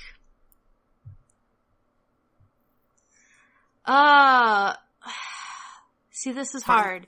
Like, find the words, Tegan. I'm trying. Like, as somebody who did a lot of dancing, like, it's not the individual moves that I think are, like, the copyrightable part, but, like, the combination. Yeah, that particular thing. 'Cause, like, there are different styles of dance, you know, and that's based off more, like, who pioneered that particular thing. Like, for dancers, like, you understand, like, the difference between, like, ballet and jazz and lyrical and, like, whatever. But there's also a difference between, like, a Gene Kelly tap piece and a Bob Fosse jazz piece. Like, they're different even within, like, jazz circles or tap circles. There's a specific rhythm that they go through. There's a specific kind of energy they give off. And if you don't have that, you're not doing that sort of thing. So, like, I feel like you could copyright the specific, like, that 30 seconds or whatever, like, that particular move combination. But you couldn't copyright the whole style, if that makes sense. No, like, music works that way, too. Like, I mean, you can't copyright, like, notes or a scale. Right, but you can copyright the particular combination. Right, like chord progressions and whatnot, or like specific runs. Yeah, you can do that. Like, that's what I mean. Like, I think dance is something that could enter that space. Like, there's definitely some sort of, like, parity between dance and music and the way that it's legislated. Yeah. I agree that there's, like, there are people that don't want dance to have that kind of power. Mm-hmm. But I think... there are people who, like, you pay to come up with dances. Like, all those K-pop stars, they're not doing their own dances. They're paying choreographers to come up with dances that then become their dances. You know? Yeah, but the thing is, and this is the part that baffles me, that there's all this work that goes into this process to create this product, and the product, or rather the service of, like, its creation is paid for, but then the product is free. Right. Like, it has to be free because we don't know how to assign a value to it. And I think that's something that we should probably figure out at some point. I think, I don't do a lot of arguments on behalf of capitalism. I don't like to. But this is one of those things where, like, it's dumb that we haven't figured this out. Unless there is some weird world-ending consequence that I'm not seeing right now. And for that, I apologize. But, like, otherwise, like, we should get on this, I think. I mean, I feel like it could be a similar fee for, like, licensing that small bit of music. But maybe, maybe the expiration for the dance part is just until the servers are done, you know? So, like, but, okay, so this is where it gets a little tricky. Let's say, games like Grand Theft Auto 4, right? Mm-hmm. Let's say they get ported, you know, like, backwards compatible into a new, like, system and whatnot, and as a result, to be compatible with the new, like, hardware, they're put on a new servers. Does that mean they have to renegotiate the contract? Because then we're back. I think that just means they have to pay the fine again. Whatever it is. They have to pay whatever they originally paid again. That's the problem is that, like, anytime you have a contract with any kind of definition of expiration, then that means that you create a situation where there's renegotiation. And a lot of times it's more cost effective for a developer to simply not renegotiate and either not re-release the product or to patch whatever the offending material is out of the game. Well, and that's why I'm saying instead of doing a renegotiation, just every time you report this to a new server, you pay me for that thing. The same amount that we agreed on before, pay it to me again. That would need to be in the initial contract. Right. And I don't think... Plus inflation. Ooh, that's what I do. That's a hard bargain. I don't know. Like, the artists would definitely appreciate that. I don't think the developers would. No, other way around. Developers would appreciate that. I don't think the artists would. Right, because if the value of your piece of music increases, and if it decreases, then, like, you're disincentivizing them to re-release the thing. Because if let's say you have a game where they expect to make a little bit of money, and maybe they don't even have to port it. Maybe all it is like a backwards compatibility thing. So the work which needs to be done by a development team is like a lot more lightweight because they're not having to rebuild the thing from the ground up and they're just going backwards compatible.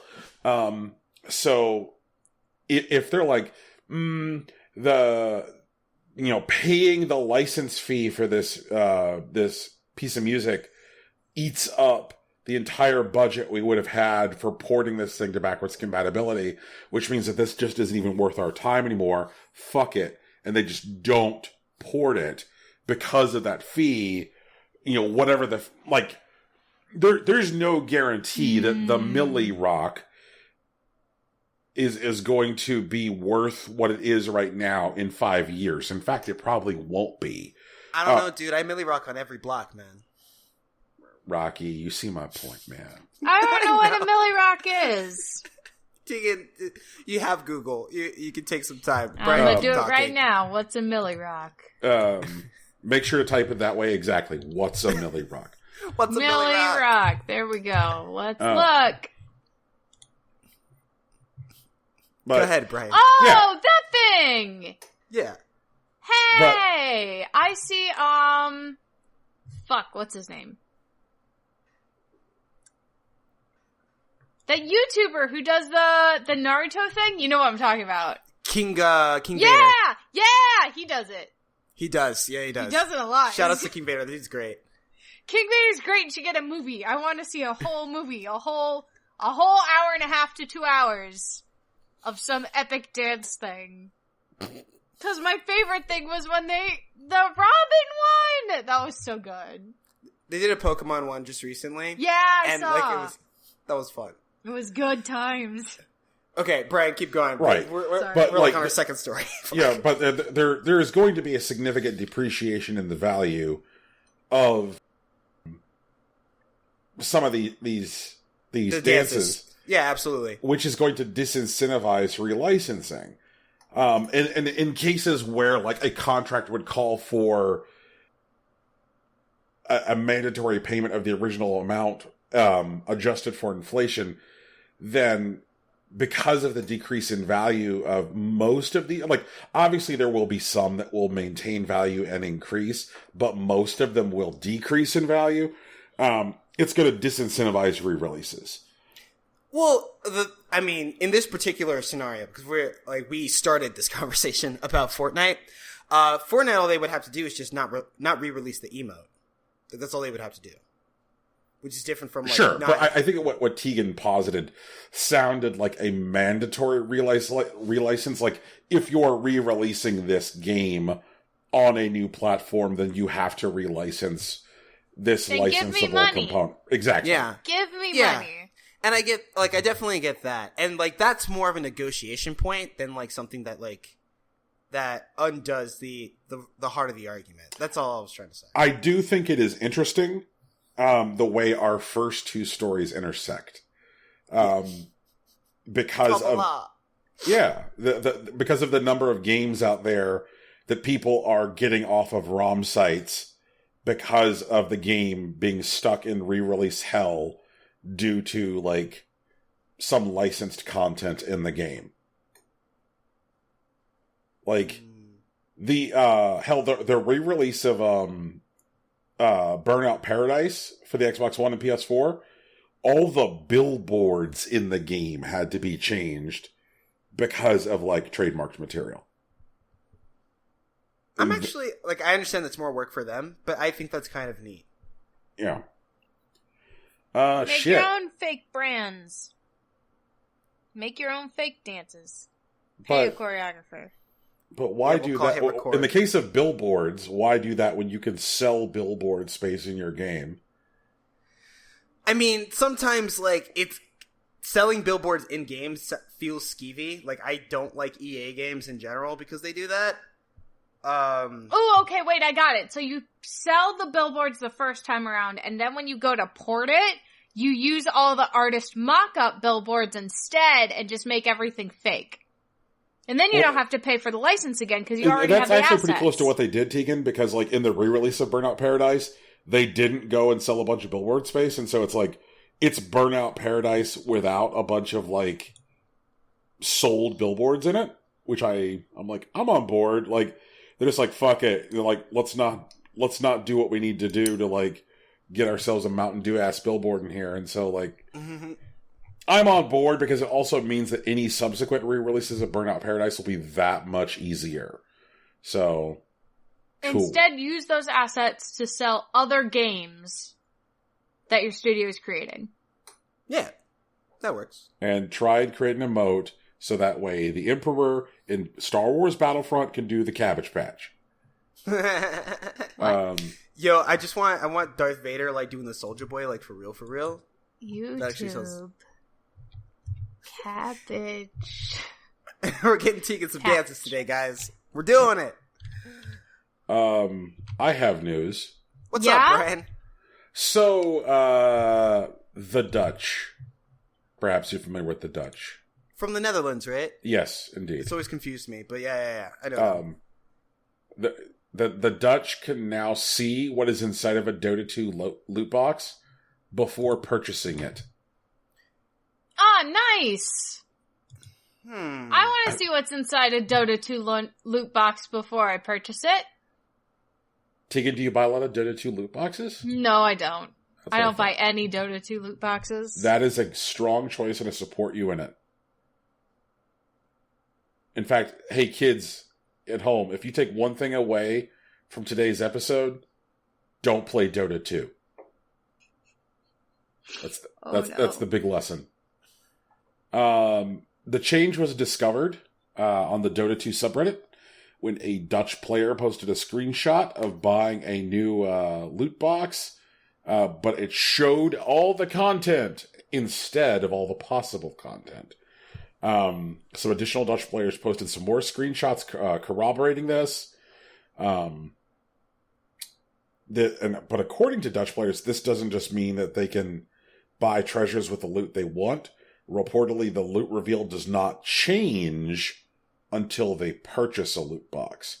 So if a Dutch player wants something else, they still need to purchase the current loot box and get whatever loot is in it before moving on to the next loot box. So there is still a randomized gambling component here, which is like you'll see whichever shitty thing is in the loot box, but you can essentially re-roll by buying the current shitty thing. Yeah. Like, this reminds me of that Donald Glover stand-up where, like, he and his, like, brothers were trying to get his mom to buy them, like, Cocoa Puffs. And, like, they just annoyed the shit out of her until, like, eventually she's like, fine, I'll buy the Cocoa Puffs. And the kids, they thought they did it, right? Like, they thought they won. And then when they get home, she takes out, like, one of those giant, like, cereal containers. And she, like, puts, like, 1/10 of, like, the container's worth of, like, Cocoa Puffs at the bottom. And then she fills the rest of it up with, like, Kicks. And then just shakes it up. And then, like, there's your cereal, kids. You know what I mean? Like, fuck me. That's a power move. Like, that's what I mean. Like, that's what it feels like that, like, Valve is doing with these, like, Dota 2 loot boxes. Like, oh, no, you want to know what's in the loot box? For sure, dude. Here you go. This is what's in this loot box. And it's like, but what about the other ones? Well, you can see what's in the other one after you buy this one. And it's just like, fuck, I guess. It feels real raw and haggard because, like, we had been wondering what, how publishers were going to respond to the rulings in the Netherlands and in Belgium. And so, like, I guess we now know how Valve is responding in the Netherlands. And I want to say, I'm going to go on record as saying, this is shitty. Like, this is fucked up. Yeah. Like, it's one of those things where it's like, we were talking earlier about the idea of, like, just being within the definition of the law or just being outside. Like, these are legally not blind boxes because you can see this. It's right there. Yeah, it's like, hey, this is legally not a blind box. Piece of shit, I swear. And it's like, what the fuck? Man. I love it. Amazing. Yeah. I hate that. You know what? Fuck you. Yeah, it's like, oh, you don't like loot boxes? Well, here's your loot box. You can see it. It's right there. If they changed the buy now button to say, you know what, fuck you, like... That'd be about the same, yeah. Yeah. They totally could, those bastards. Yeah. Okay, Okay, I'm done. Like, I know that, like, bagging on Steam is a tent pole of this show, but Jesus Christ, Steam. They make it so easy. Fucking Valve, what is this garbage? The worst enemy in Dota is Dota.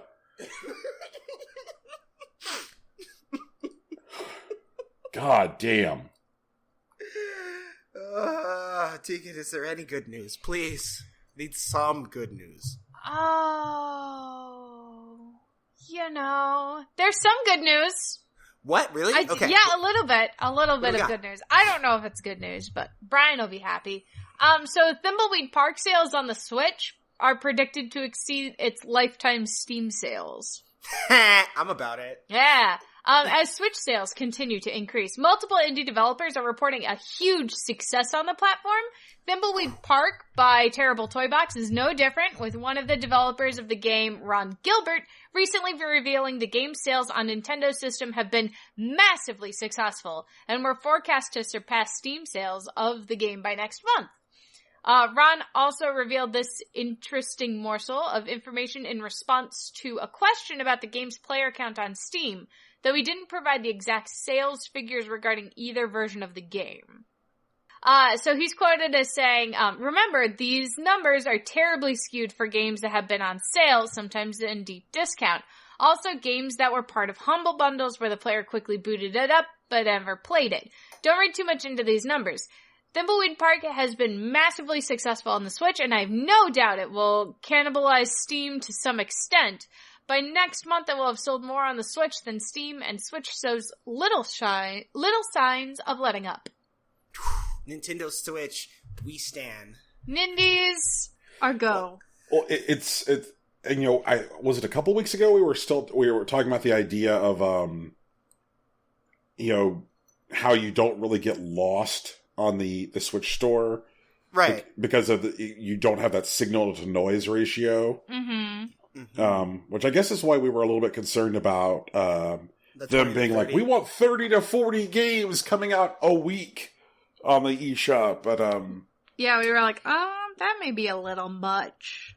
Yeah, and I guess it's stories like this that definitely do solidify me in that opinion, because Thimbleweed Park is a good-ass video game. It is a good game.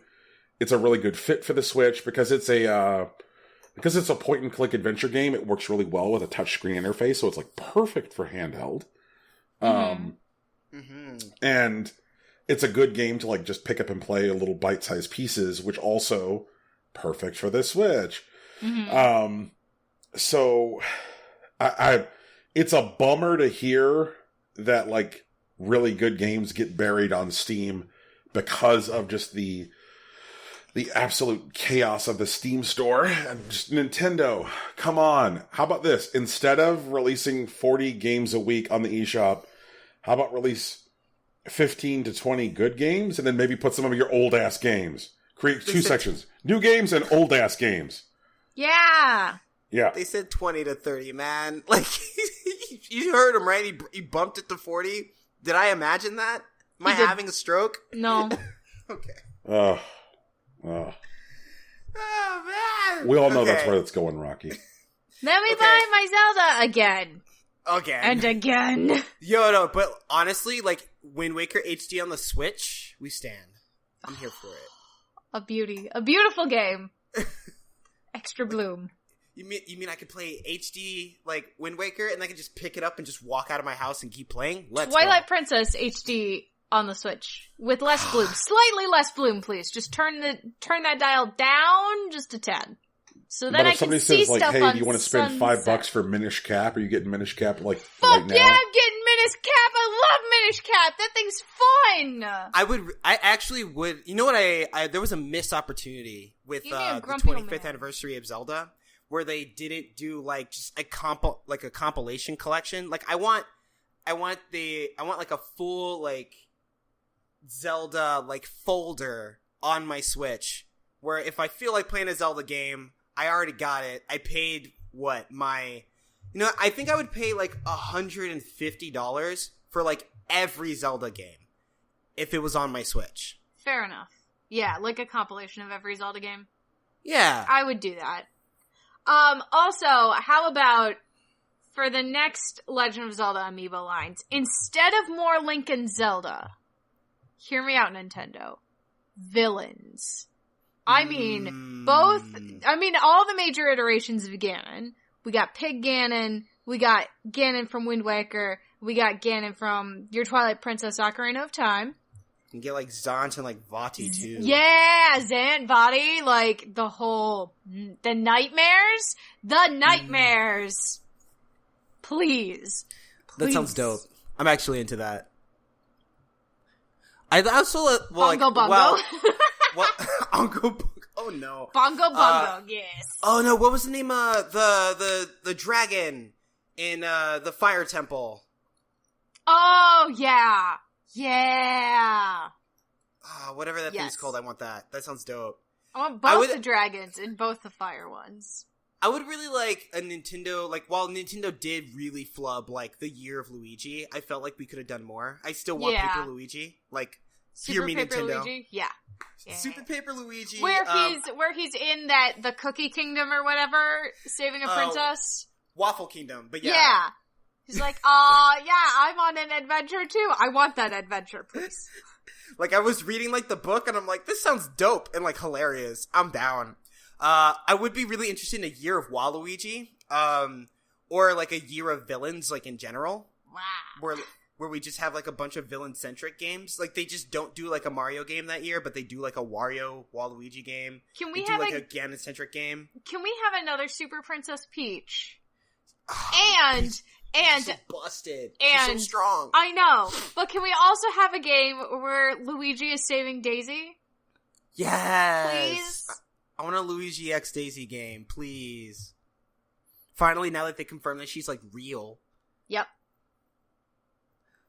Please. Please. I mean, just think about, like, how apeshit, like, video game Reddit and Twitter went over a Sea of Greed.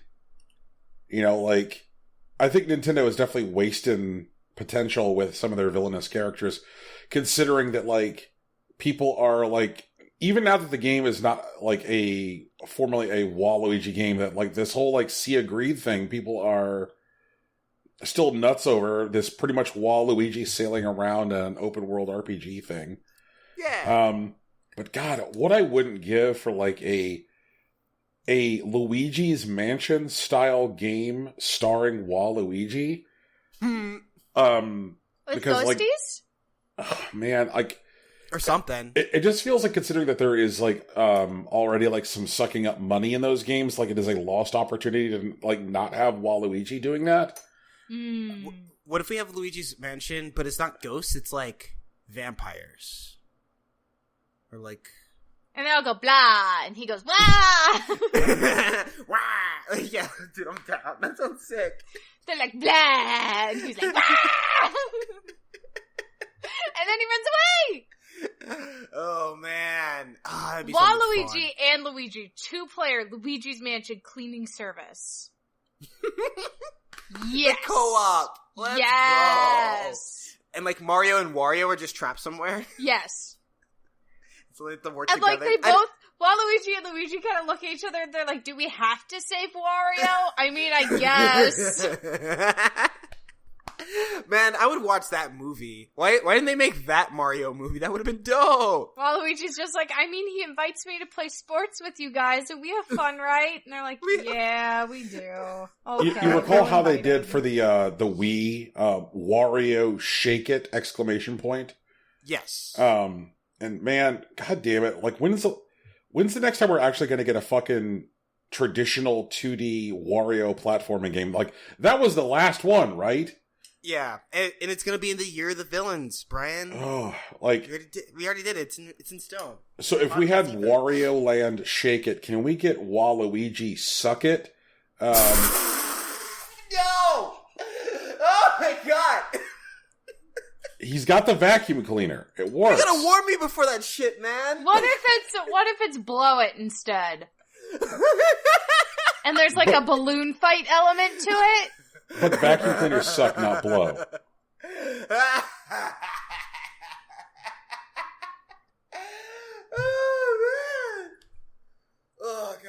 you guys sometimes. I swear. Waluigi suck and blow. That's where we're at. Oh, God. There's just, like, some obvious, like, cocaine allegory throughout it, man. Yeah, you know, regular. Oh, jeez. Oh, God. Wow, I'm strong as a tiger. He's just doing in the bathroom, doing lines. It's amazing. Yes. This sounds great. I don't think Nintendo would be on that, though. It'd have to be rebranded as, like, something mushroom-themed. It's an M-rated, like, Waluigi platformer. Oh, God, yes. Okay. Oh, no. Wow, the world is mine, Chico. Speaking of people who are planning on owning the world, Epic, you know, our new Fortnite overlords, their net worth might raise up to $8 billion. Fuck off. Thanks to Fortnite. The success of popular Battle Royale game Fortnite means that developer Epic Games could soon be worth as much as $8 billion. As reported by Bloomberg, the North Carolina-based studio is riding high thanks to Fortnite, which is now taking in $2 million per day on iOS alone. On phones, they're making $2 million a day. That's not even all the phones. That's just some of the phones. And we're already leaving out consoles, and we're leaving out PC. Like, Jesus Christ. Anyways, the free-to-play shooter is on track to generate $2 billion this year, meaning that Epic could finish the year with a net worth of somewhere between $5 and $8 billion. Analysts suggest that Fortnite's implementation of microtransactions has helped turn the game into a cash cow, with limited edition cosmetic items like outfits, skins, and dances encouraging players to spend. On the revenue side, they've done something that's really unique, which has come up with a perception of exclusivity, said Wedbush Securities analyst Michael Pachter. Which means they probably have the money to pay these people for some fucking dances. That's all I'm saying. True story. Whatever. In fact, they've got so much money that if they wanted to, they could pay all the music license fees for Lollipop Chainsaw for just laughs. Please. For jokes, man. Oh, God damn it. Oh, God damn it. Fucking Epic Games, man. I guess the thing that bothers me about this is that, like, it's not like they aren't trying to think up some, like, totally fucking Daddy Warbucks crazy shit to do with this money already. Yeah. Like, what was it last week we reported on them, like, retroactively changing the royalties for the Unreal Engine store, where they're like... Yeah, they're just like, hey, guys, we got more money now, so, like, I guess you guys can have it. Like... Hey, Epic, you want to sponsor our podcast? Yo, oh my God, if we became like a Fortnite Epic-sponsored podcast, that would be... Oh my God, the Fuck Bane Show, brought to you by Bomba Tacos and Rum and Epic. We'll do Fortnite Fridays. We will do Fortnite Fridays, I promise. We will be bad, We'll but people all will laugh do at us. Fortnite Fridays. I'll do Fortnite Fridays. Brian, you do Fortnite Fridays if Epic was paying us, right? Oh, absolutely. Absolutely. We'll just drop at Taco Towers. It's going to be incredible. Oh my God. Taco Towers! Yes. Oh, man. Hey, Epic, we have some ideas for Fortnite. we have just a couple. We might drop at Rum Ravine. It's going to be incredible. Yo, Rum Ravine actually would be dope, though. Oh, man.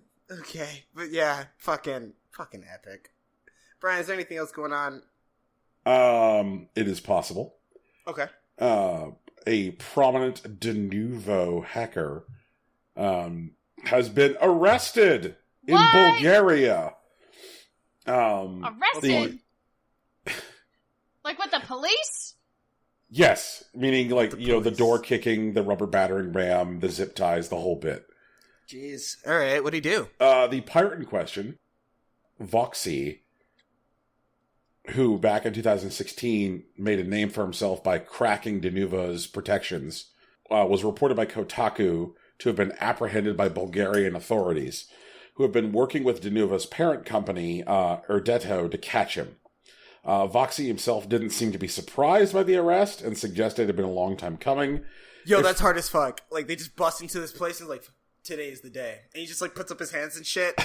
He's like, it's about fucking time. I'm so tired. Can we go? You have, like, the opera voices just, like, rising in the background, dude. Like, fuck. That sounds so dope. And he's all like, I can finally rest. He's like, yay! Now you get to pay for my housing and food! Woo!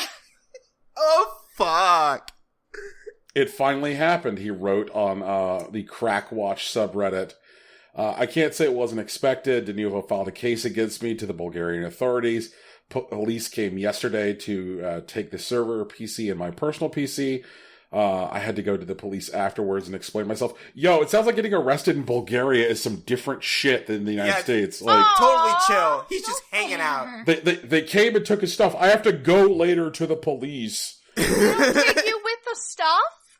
I guess not. Over here, they kick in your door. They maybe shoot you first. Then you get handcuffed.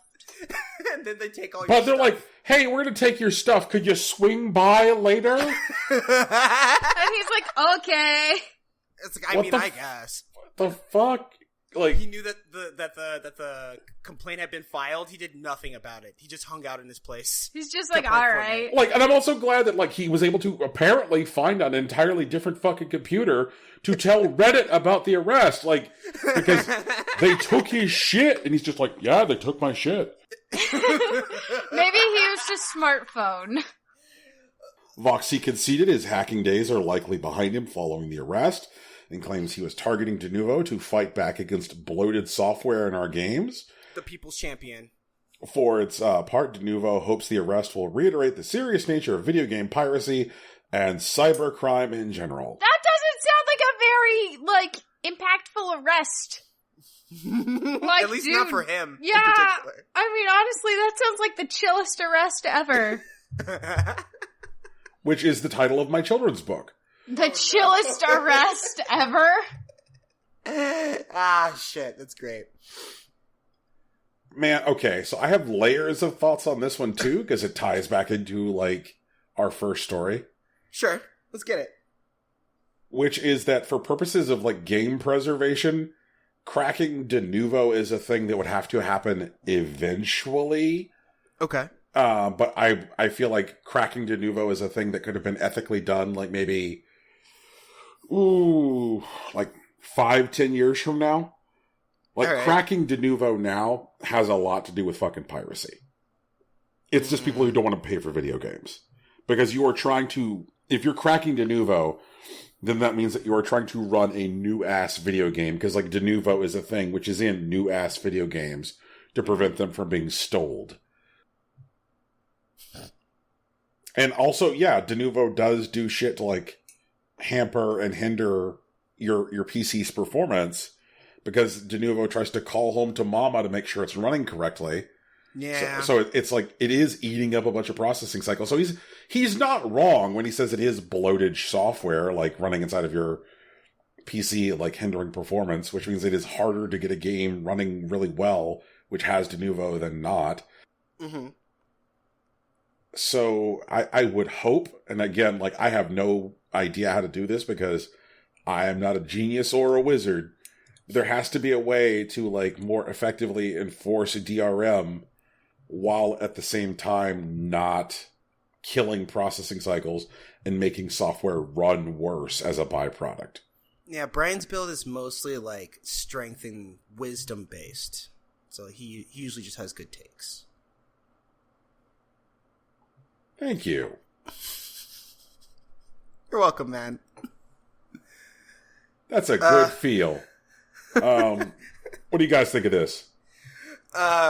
So the arrest itself is hilarious, but I feel like anti-piracy tech doesn't get to be bloated for the sake of it being bloated. I don't think it has that right. I think anti-piracy tech is important for various reasons. I don't think they're bigger than the game. And that's the bigger, hopefully that's what Voxy was actually really about. Cause I mean, I know there are definitely hackers that just try to hack shit because it's there. I don't know too much about DeNuvo, like, actually trashing, like, game performance outside of, like, the ultra high, like, spec side of things. And, like if you bought the box, you put the thing together, and you want to run everything on Ultra HD specs, and that should be your right, I totally am cool with that. But having to pad like your hardware just to deal with Denuvo is bullshit, and we should be able to do something about it. I too would have wished that this was cracked ethically, or at least communicated to Denuvo that they need to make it so it doesn't impede on the performance of the game itself. But yeah. I don't know. I am not actually, super deep into like the hacker circles these days. So like, I'm only just peripherally understanding. Well, I can only hope that Bulgarian jail is as chill as the Bulgarian arrest process. What if it's like a real like rehab setup? I mean, that would be cool. I don't know what the fucking Googling Bulgarian jail. Hey, let's get it. Yeah, we are worried about Bulgarian jail because it doesn't. I mean, considering how chill his arrest was, you don't think he's like going to go to prison or anything, right? I think they would have taken him to prison when they took his stuff to prison. Yeah. But, like, they just took him to jail and he has to go, like, talk. Well, I guess, like, you don't go to prison until you're, like, convicted or anything. And he's just been arrested. They just took his stuff. So I guess it depends on how his case goes. I don't know. I'm going to check in with that later. Voxy. Of Bulgaria. Yo, but, like, you can see that scene, right? Like, it's like, you got, like, the opera playing, and, like, they bust down the door, and he's, like, turns around, and he's like, it finally happened. And, like, you can hear, like, the violins and shit. Yeah, I can see it. I can see, like, the opera, and, like, the plasters flying, and he's like, my time has come. And they just come in very calmly. They take the computers, and they leave. And they leave him a card that says, come by later to get your stuff. That's it. Oh man, what is Bulgaria? Who are you guys? It reminds me of the old Dave Chappelle skit about like white arrest versus black arrest. I propose that there now be a revised version which also includes Bulgarian arrest. Yes, Bulgarian arrest versus American arrest. Yes. Yeah. Oh, god damn it. Well, guys, I know that we've already talked a little bit about Valve today, but would you fine folks like to know what came out on Steam today? Stuff came out on Steam today? Yep. What? In addition to the 93 games that came out yesterday. Okay, that's healthy. Yeah, there are, it looks like, so far, 8 games out today. Including Girls Dance, 18 plus. No. Rocky's already out. I'm out. Fuck. 18 plus Girls Dance. Jesus. Girls invite you to their world. Join them and admire their beautiful movements in a dance-on spectacular stage. Unlock new dances and clothes by scoring a certain amount of points. See, like, this is the guy that I want to force to pay the licensing fees so that his game doesn't come out for the dances. This is the guy that I'm specifically targeting. Is this a porn game? It's 18 plus, Tegan. 18 plus means it's a porn game? That means it's going to sell anyway. Yeah, he will be able to afford the licensing fees. It is a horny game. Horny game! Horny on Maine! Next up is Sum. Okay. SUM? Yes. Okay, cool.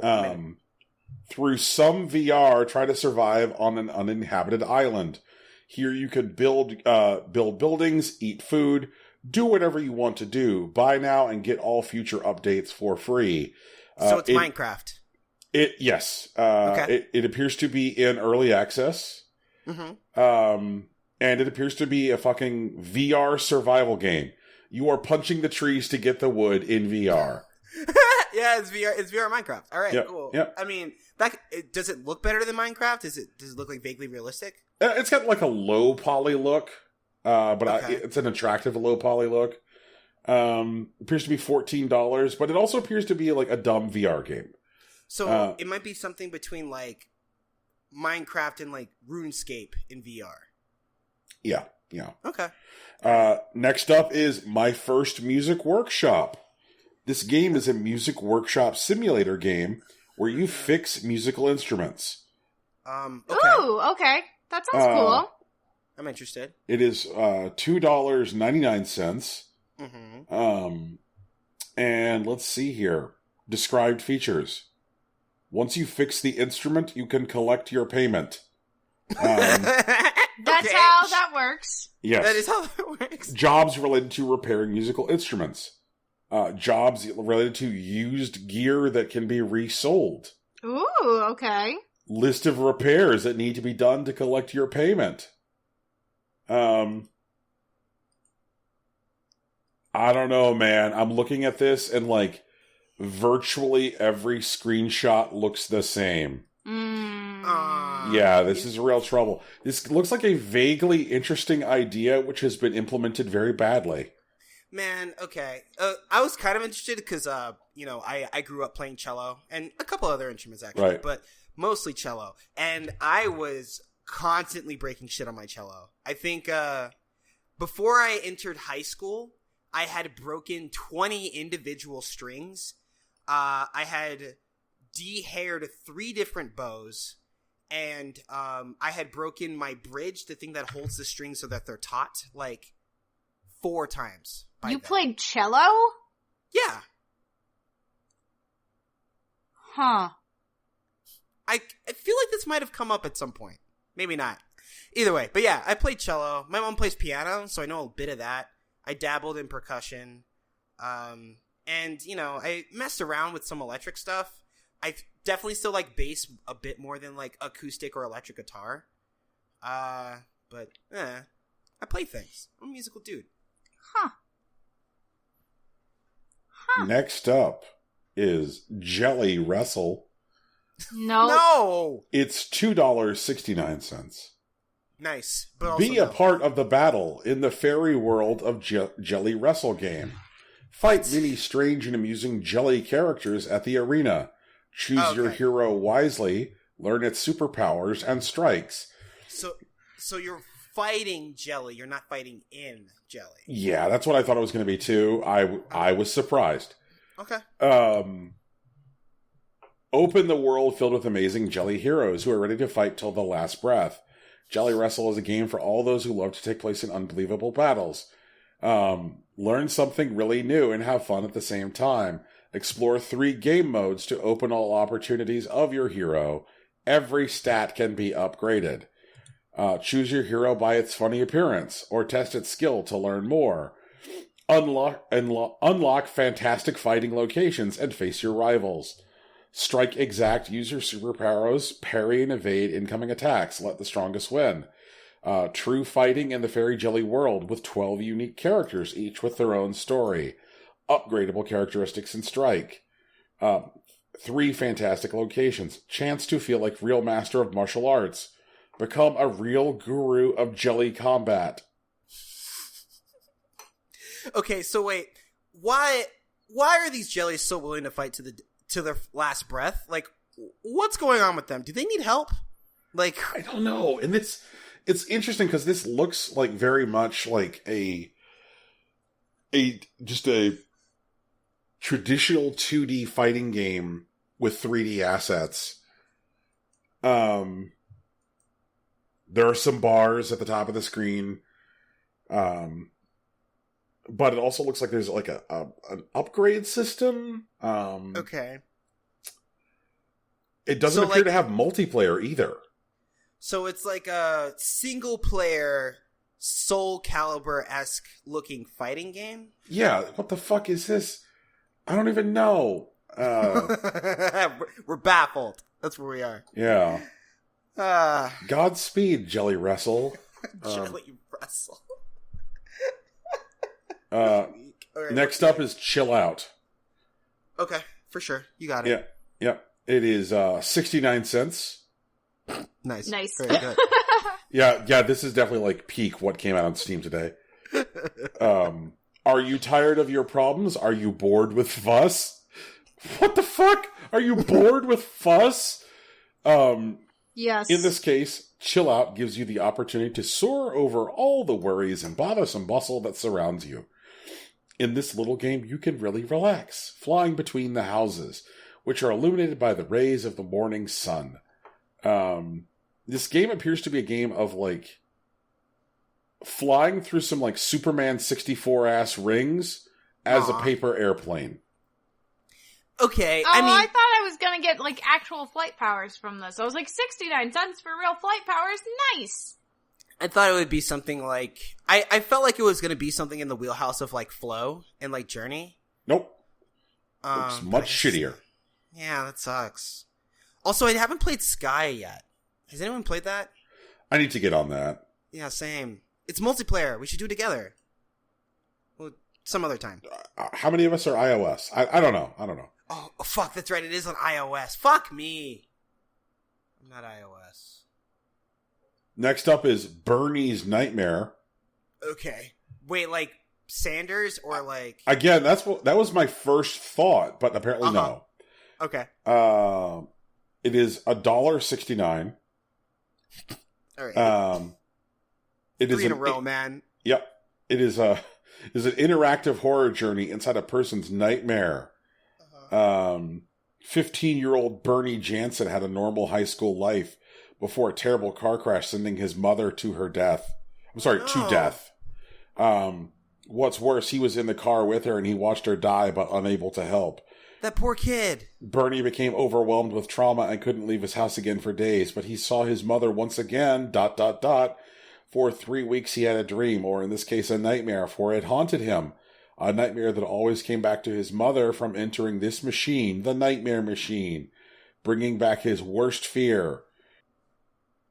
And before he knew it, he was seconds away before blasting off in what he presumed to be a horror game. Horror yes, game no. What he saw was real. He saw his mother. But is it really his mother or a sociopath? Or is it just a game? Reveal the truth in Bernie's Nightmare.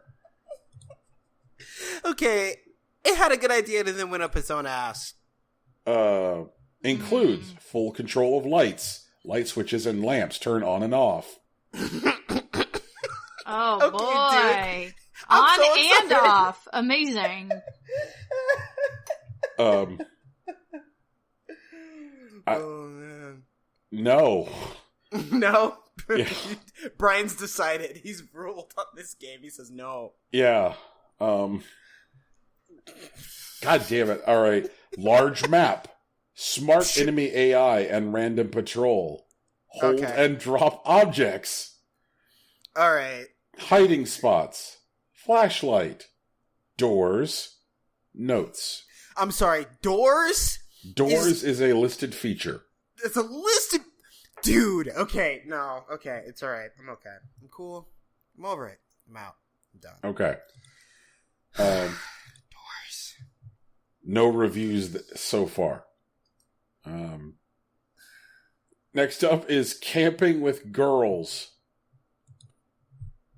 Oh boy.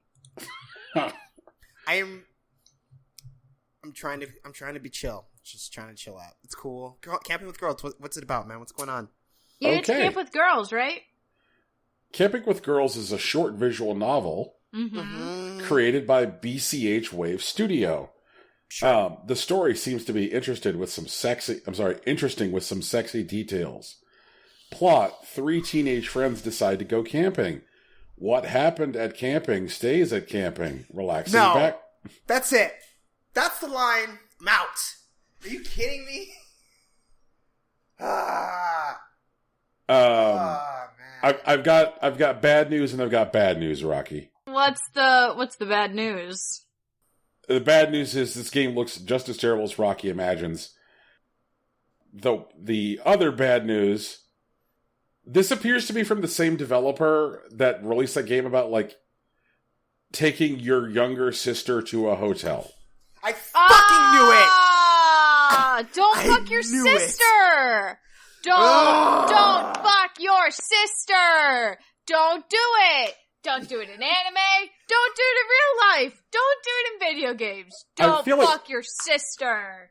Was Tegan out the week that we had the sister fucking game on Steam? No, wait. No? Wait. I thought she was at a con or something. I might so have she been was at a spared. con. She might have been at a con. Yeah. Yeah. Yeah.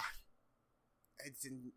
Man, I knew it. I heard camping with girls, and I knew that like it was just that weird combination of like girls in travel, and like I already knew it was a visual novel. I knew it was these dudes. Oh my god. His last part of the description bolded, just relax and enjoy the story. I'm going to punch him in his mouth. I'm going to do it. I'm going to find this guy. And I'm going to hit him in the mouth. It has to be done, Brian. I agree. Last, we have Before Nightfall. Okay. It's a small survival game where you'll be tested for speed and prudence. That's From a the weird combination developer of Pickle things. Drugs. It's 89 cents. Pickle drugs? No, okay. No, we're not talking about pickle drugs. Okay. Yeah. Okay. Hold out in the windy winter forest, keep the fire, and keep warm. You need to walk through the forest to find and collect firewood before nightfall. Every time the firewood will be spawned in a random place and in a random amount. If this test seems easy for you, try it. Okay. Dude. What other hot games has Pickle Drugs released? This appears to be Pickle Drugs' only game. Really? Okay. So they're just trying to get their name out there. They're not even trying to like flex. Yeah. Okay. Yeah. Godspeed, Pickle Drugs. Pickle drugs. So Okay. that is what came out on the Steam today. Okay. Woo! Well, guys, I'm pretty sure this has been a show. If you liked it, or even if you didn't, we'd appreciate it if you left us reviews on iTunes, Google Play, and Stitcher. We're still having issues with Google Play. No, seemingly resolved. No one from Google ever got in touch with me, but checking the Google Play feed, everything looks good. Okay, Woo! so we're cool with Google Play, Stitcher, and iTunes, so please leave us reviews. And guys, if you let us know what you don't like, we can improve. We promise we'll listen to your feedback. There are only 3 of us. It's true. And also, guys, if you leave your review on iTunes, remember, Brian owes you a biscuit. We're holding him to it. There is music at the beginning and end of this podcast. It's made and produced by Big Sach. You can find his work on soundcloud.com/Big Sach_NJ. Or you can follow him on Twitter at Hillary_Swank. Also, shout outs to Big Sach's girl, because he gave her a shout out last week because it was her birthday on the Twitters. I don't remember her actual @, but shout outs to her. We have a Discord. It's on all our social media, on the Facebook, the Twitter, and the Tumblr. We still stream on Mondays and Fridays. We do Monster Hunter Mondays, and Brian does Hearthstone Steam Trash Fridays, which may become Fortnite Fridays. That depends on Epic. I can tell you that there's about to be some more hot Hearthstone action with the new expansion launching August 7th. Yes. Buckle the fuck up, motherfuckers. Like, we're gonna, at the very least, do a card pack opening stream, and we're gonna get in there. We're gonna build some new decks with the hot tech.